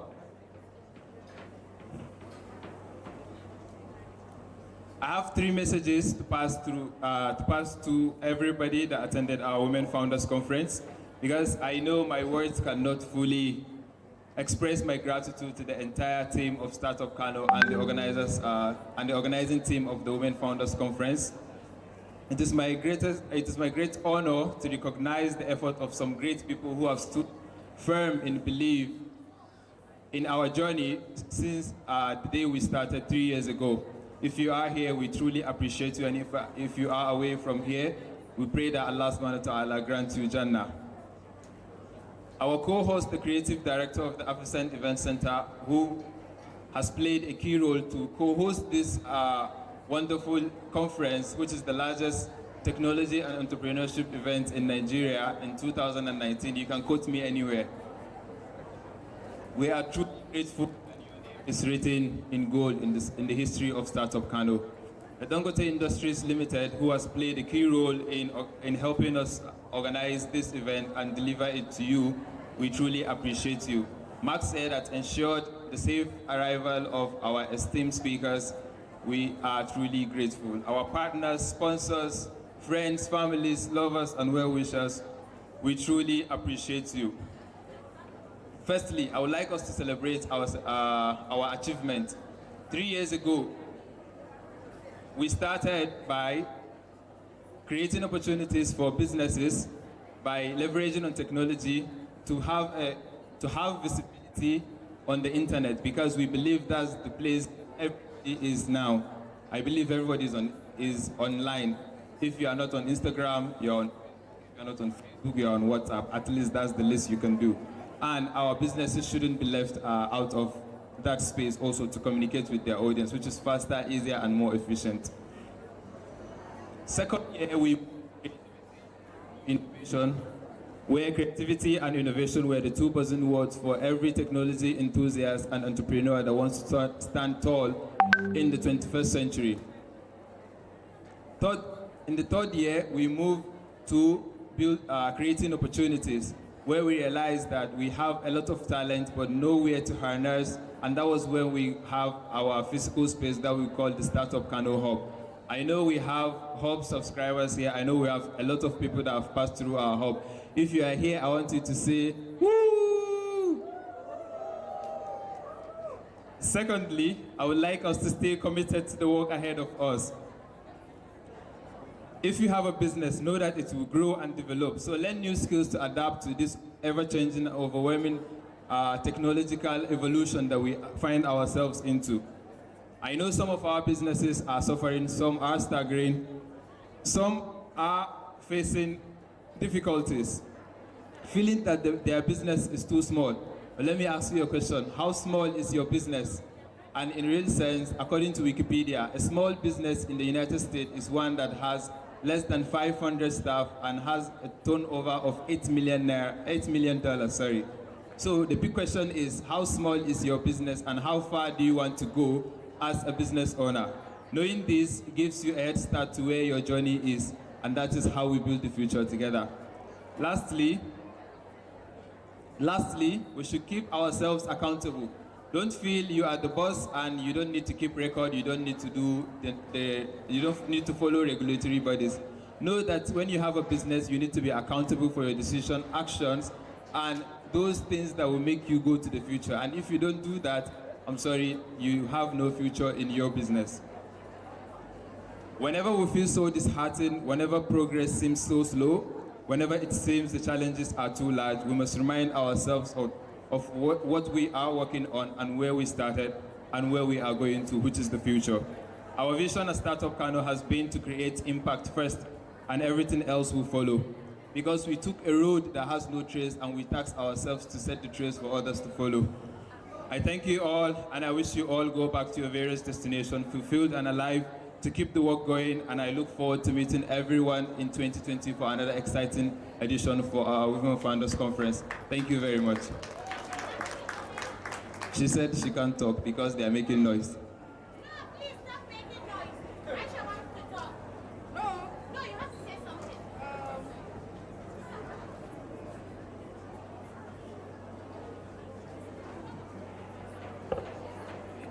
Okay, so I would like to thank our partners, the vendors. We have South Epiphany, the Skyline University, Max Air, the Afisant, Hajjaj Fresh, the Coffee Room, Trust Chick, Bricol, the British Council, Service NG, Herwa Hat, Oyimbo Print, Swaza, the Ebonic, Yisha Photography, Cogency, Arewa Vogue, In-Flight Magazine,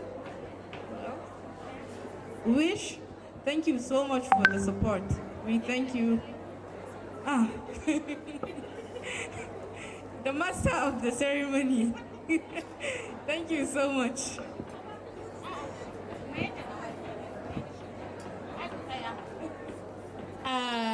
Da Allah waɗanda suke tsaye-tsaye kun tuno wannan mai murya 'yan gayu wacce ta mana national anthem, so I'm going to invite her now.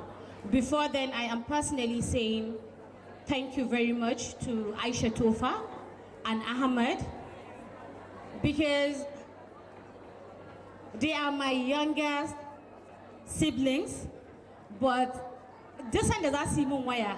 It should be something like Auntie Suri, come. Auntie Suri, we are going international. Mungaji da zama national. I am saying a very big thank you from the bottom of my heart. You guys have been so wonderful. And I am dedicating my 2019 success story and achievements to Aisha and Ahmad and all the startup Kano team. Thank you very much. Okay, hada baban Jamila.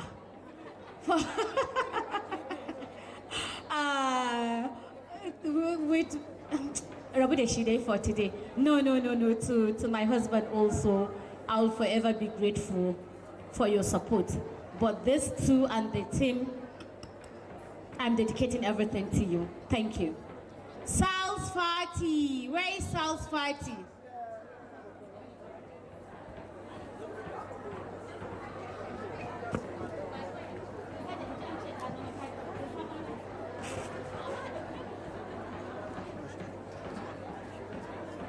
Sal's Fati. Why is someone holding you? No. Kina ji ina roƙon koya min yadda ake wannan murya 'yan gayin taki.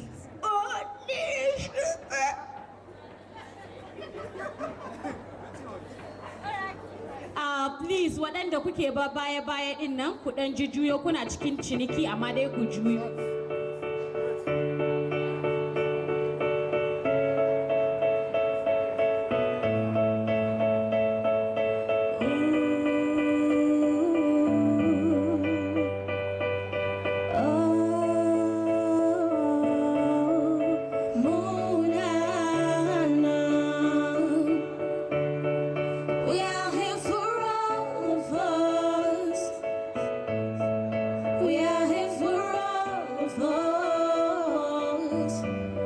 That's why we are here, why we are here. Oh, nah, son of a bad dad, trying to get something he never had. Let's start with Bruno, cause some words so sad. While they bury their conscience, we gon' pray for the innocent. Cause right now it don't make sense. Fighting cause we Christians or Muslims. Don't blame it on Shaitan. Let's talk about the health. Cause right now it's real. Let's talk Nigeria. To this Qatar area. Yeah, our souls are brought together so that we can love each other. Brought the moon on. We are here for all of us. We are here for all of us. It's why we are here, why we are here. Moonana, the guns made in Aba, but yeah, crime is a problem. I can shine on the burrow, has none where they come from. How we gonna save the nation? With no support for education. Cause right now it don't make sense. Fighting cause the Christians are Muslims. Let's talk about Aba. We don't fight this past. Let's talk about Chibok. Will the gods always on just not for the past? Let's do more giving, change time for giving. Yeah, our souls are brought together so that we can love each other. Sister Moon. We are here for all of us. We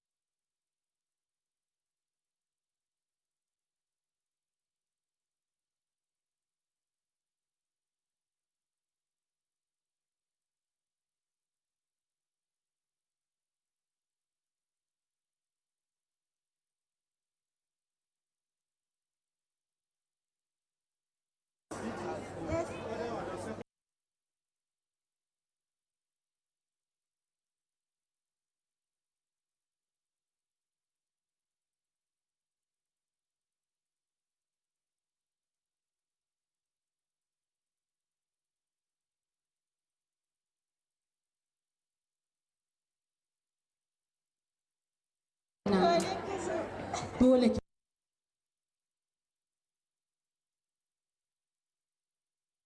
Surayyatuna Salswati ta wani ta Allah. I don't need to do it. Alƙur'an na daina waka kar a daina ɗauko ni MC kar a ja min a tokare min wani kuɗin. Amma fa in ne waka ba za a yi ciniki ba. A'a ba za a yi ciniki ba. Your second performance please. DJ the second song.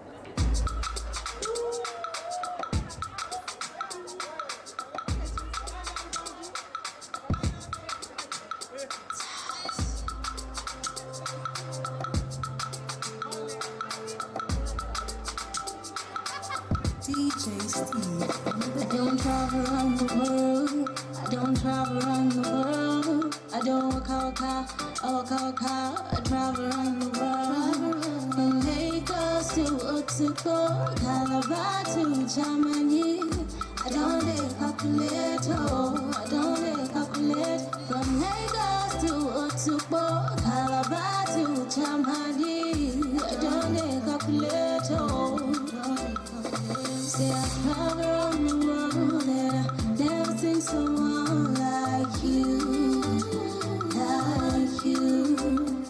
Say I travel around the world, though I never seen someone like you, like you.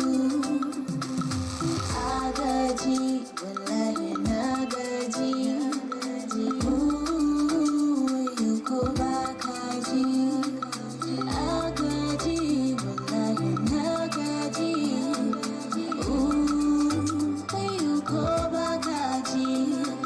From Lagos to Oxford, Calabar to Germany. I don't calculate, I don't calculate. Say I travel around the world and I never seen someone like you, like you. Say I travel around the world, though I never seen someone like you, like you. travel around the world. I don't travel around the world. I don't I travel around the world. I don't travel around the world. No, I travel around the world. I don't I travel around the world. Say I travel around the world and I never seen someone like you, like you. Say I travel around the world, oh, I never seen someone like you, like you. Say I travel around the world and I never seen someone like you, like you. Say I travel around the world, oh, I never seen someone like you, like you. Bauchi too, Esma too. Ooh, with you. From Lagos to Otubo, Calabar to Germany, I don't calculate. Thank you.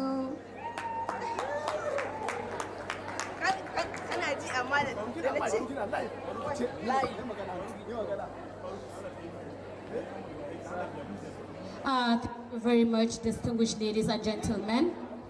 Alhamdulillah, Alhamdulillah. We are so glad.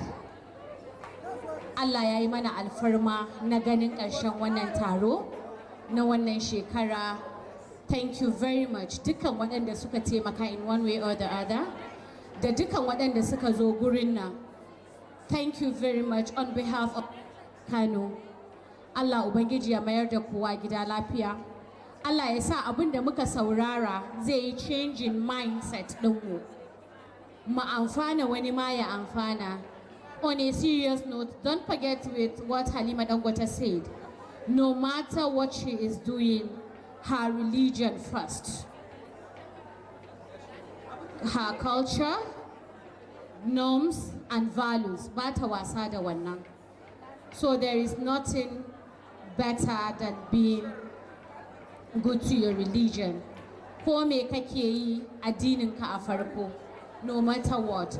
Thank you very much. Kowa ya isa gida lafiya. Allah ya sa ku titina da ni nan da gobe mu dinga jin wani dururum saukar alat manya-manya. Anyway, always invite me to your event. Sana'a ta magana. Ita nake siyarwa in karɓo kuɗinta. Which one is hustle? Sana'a aka ce da Allah.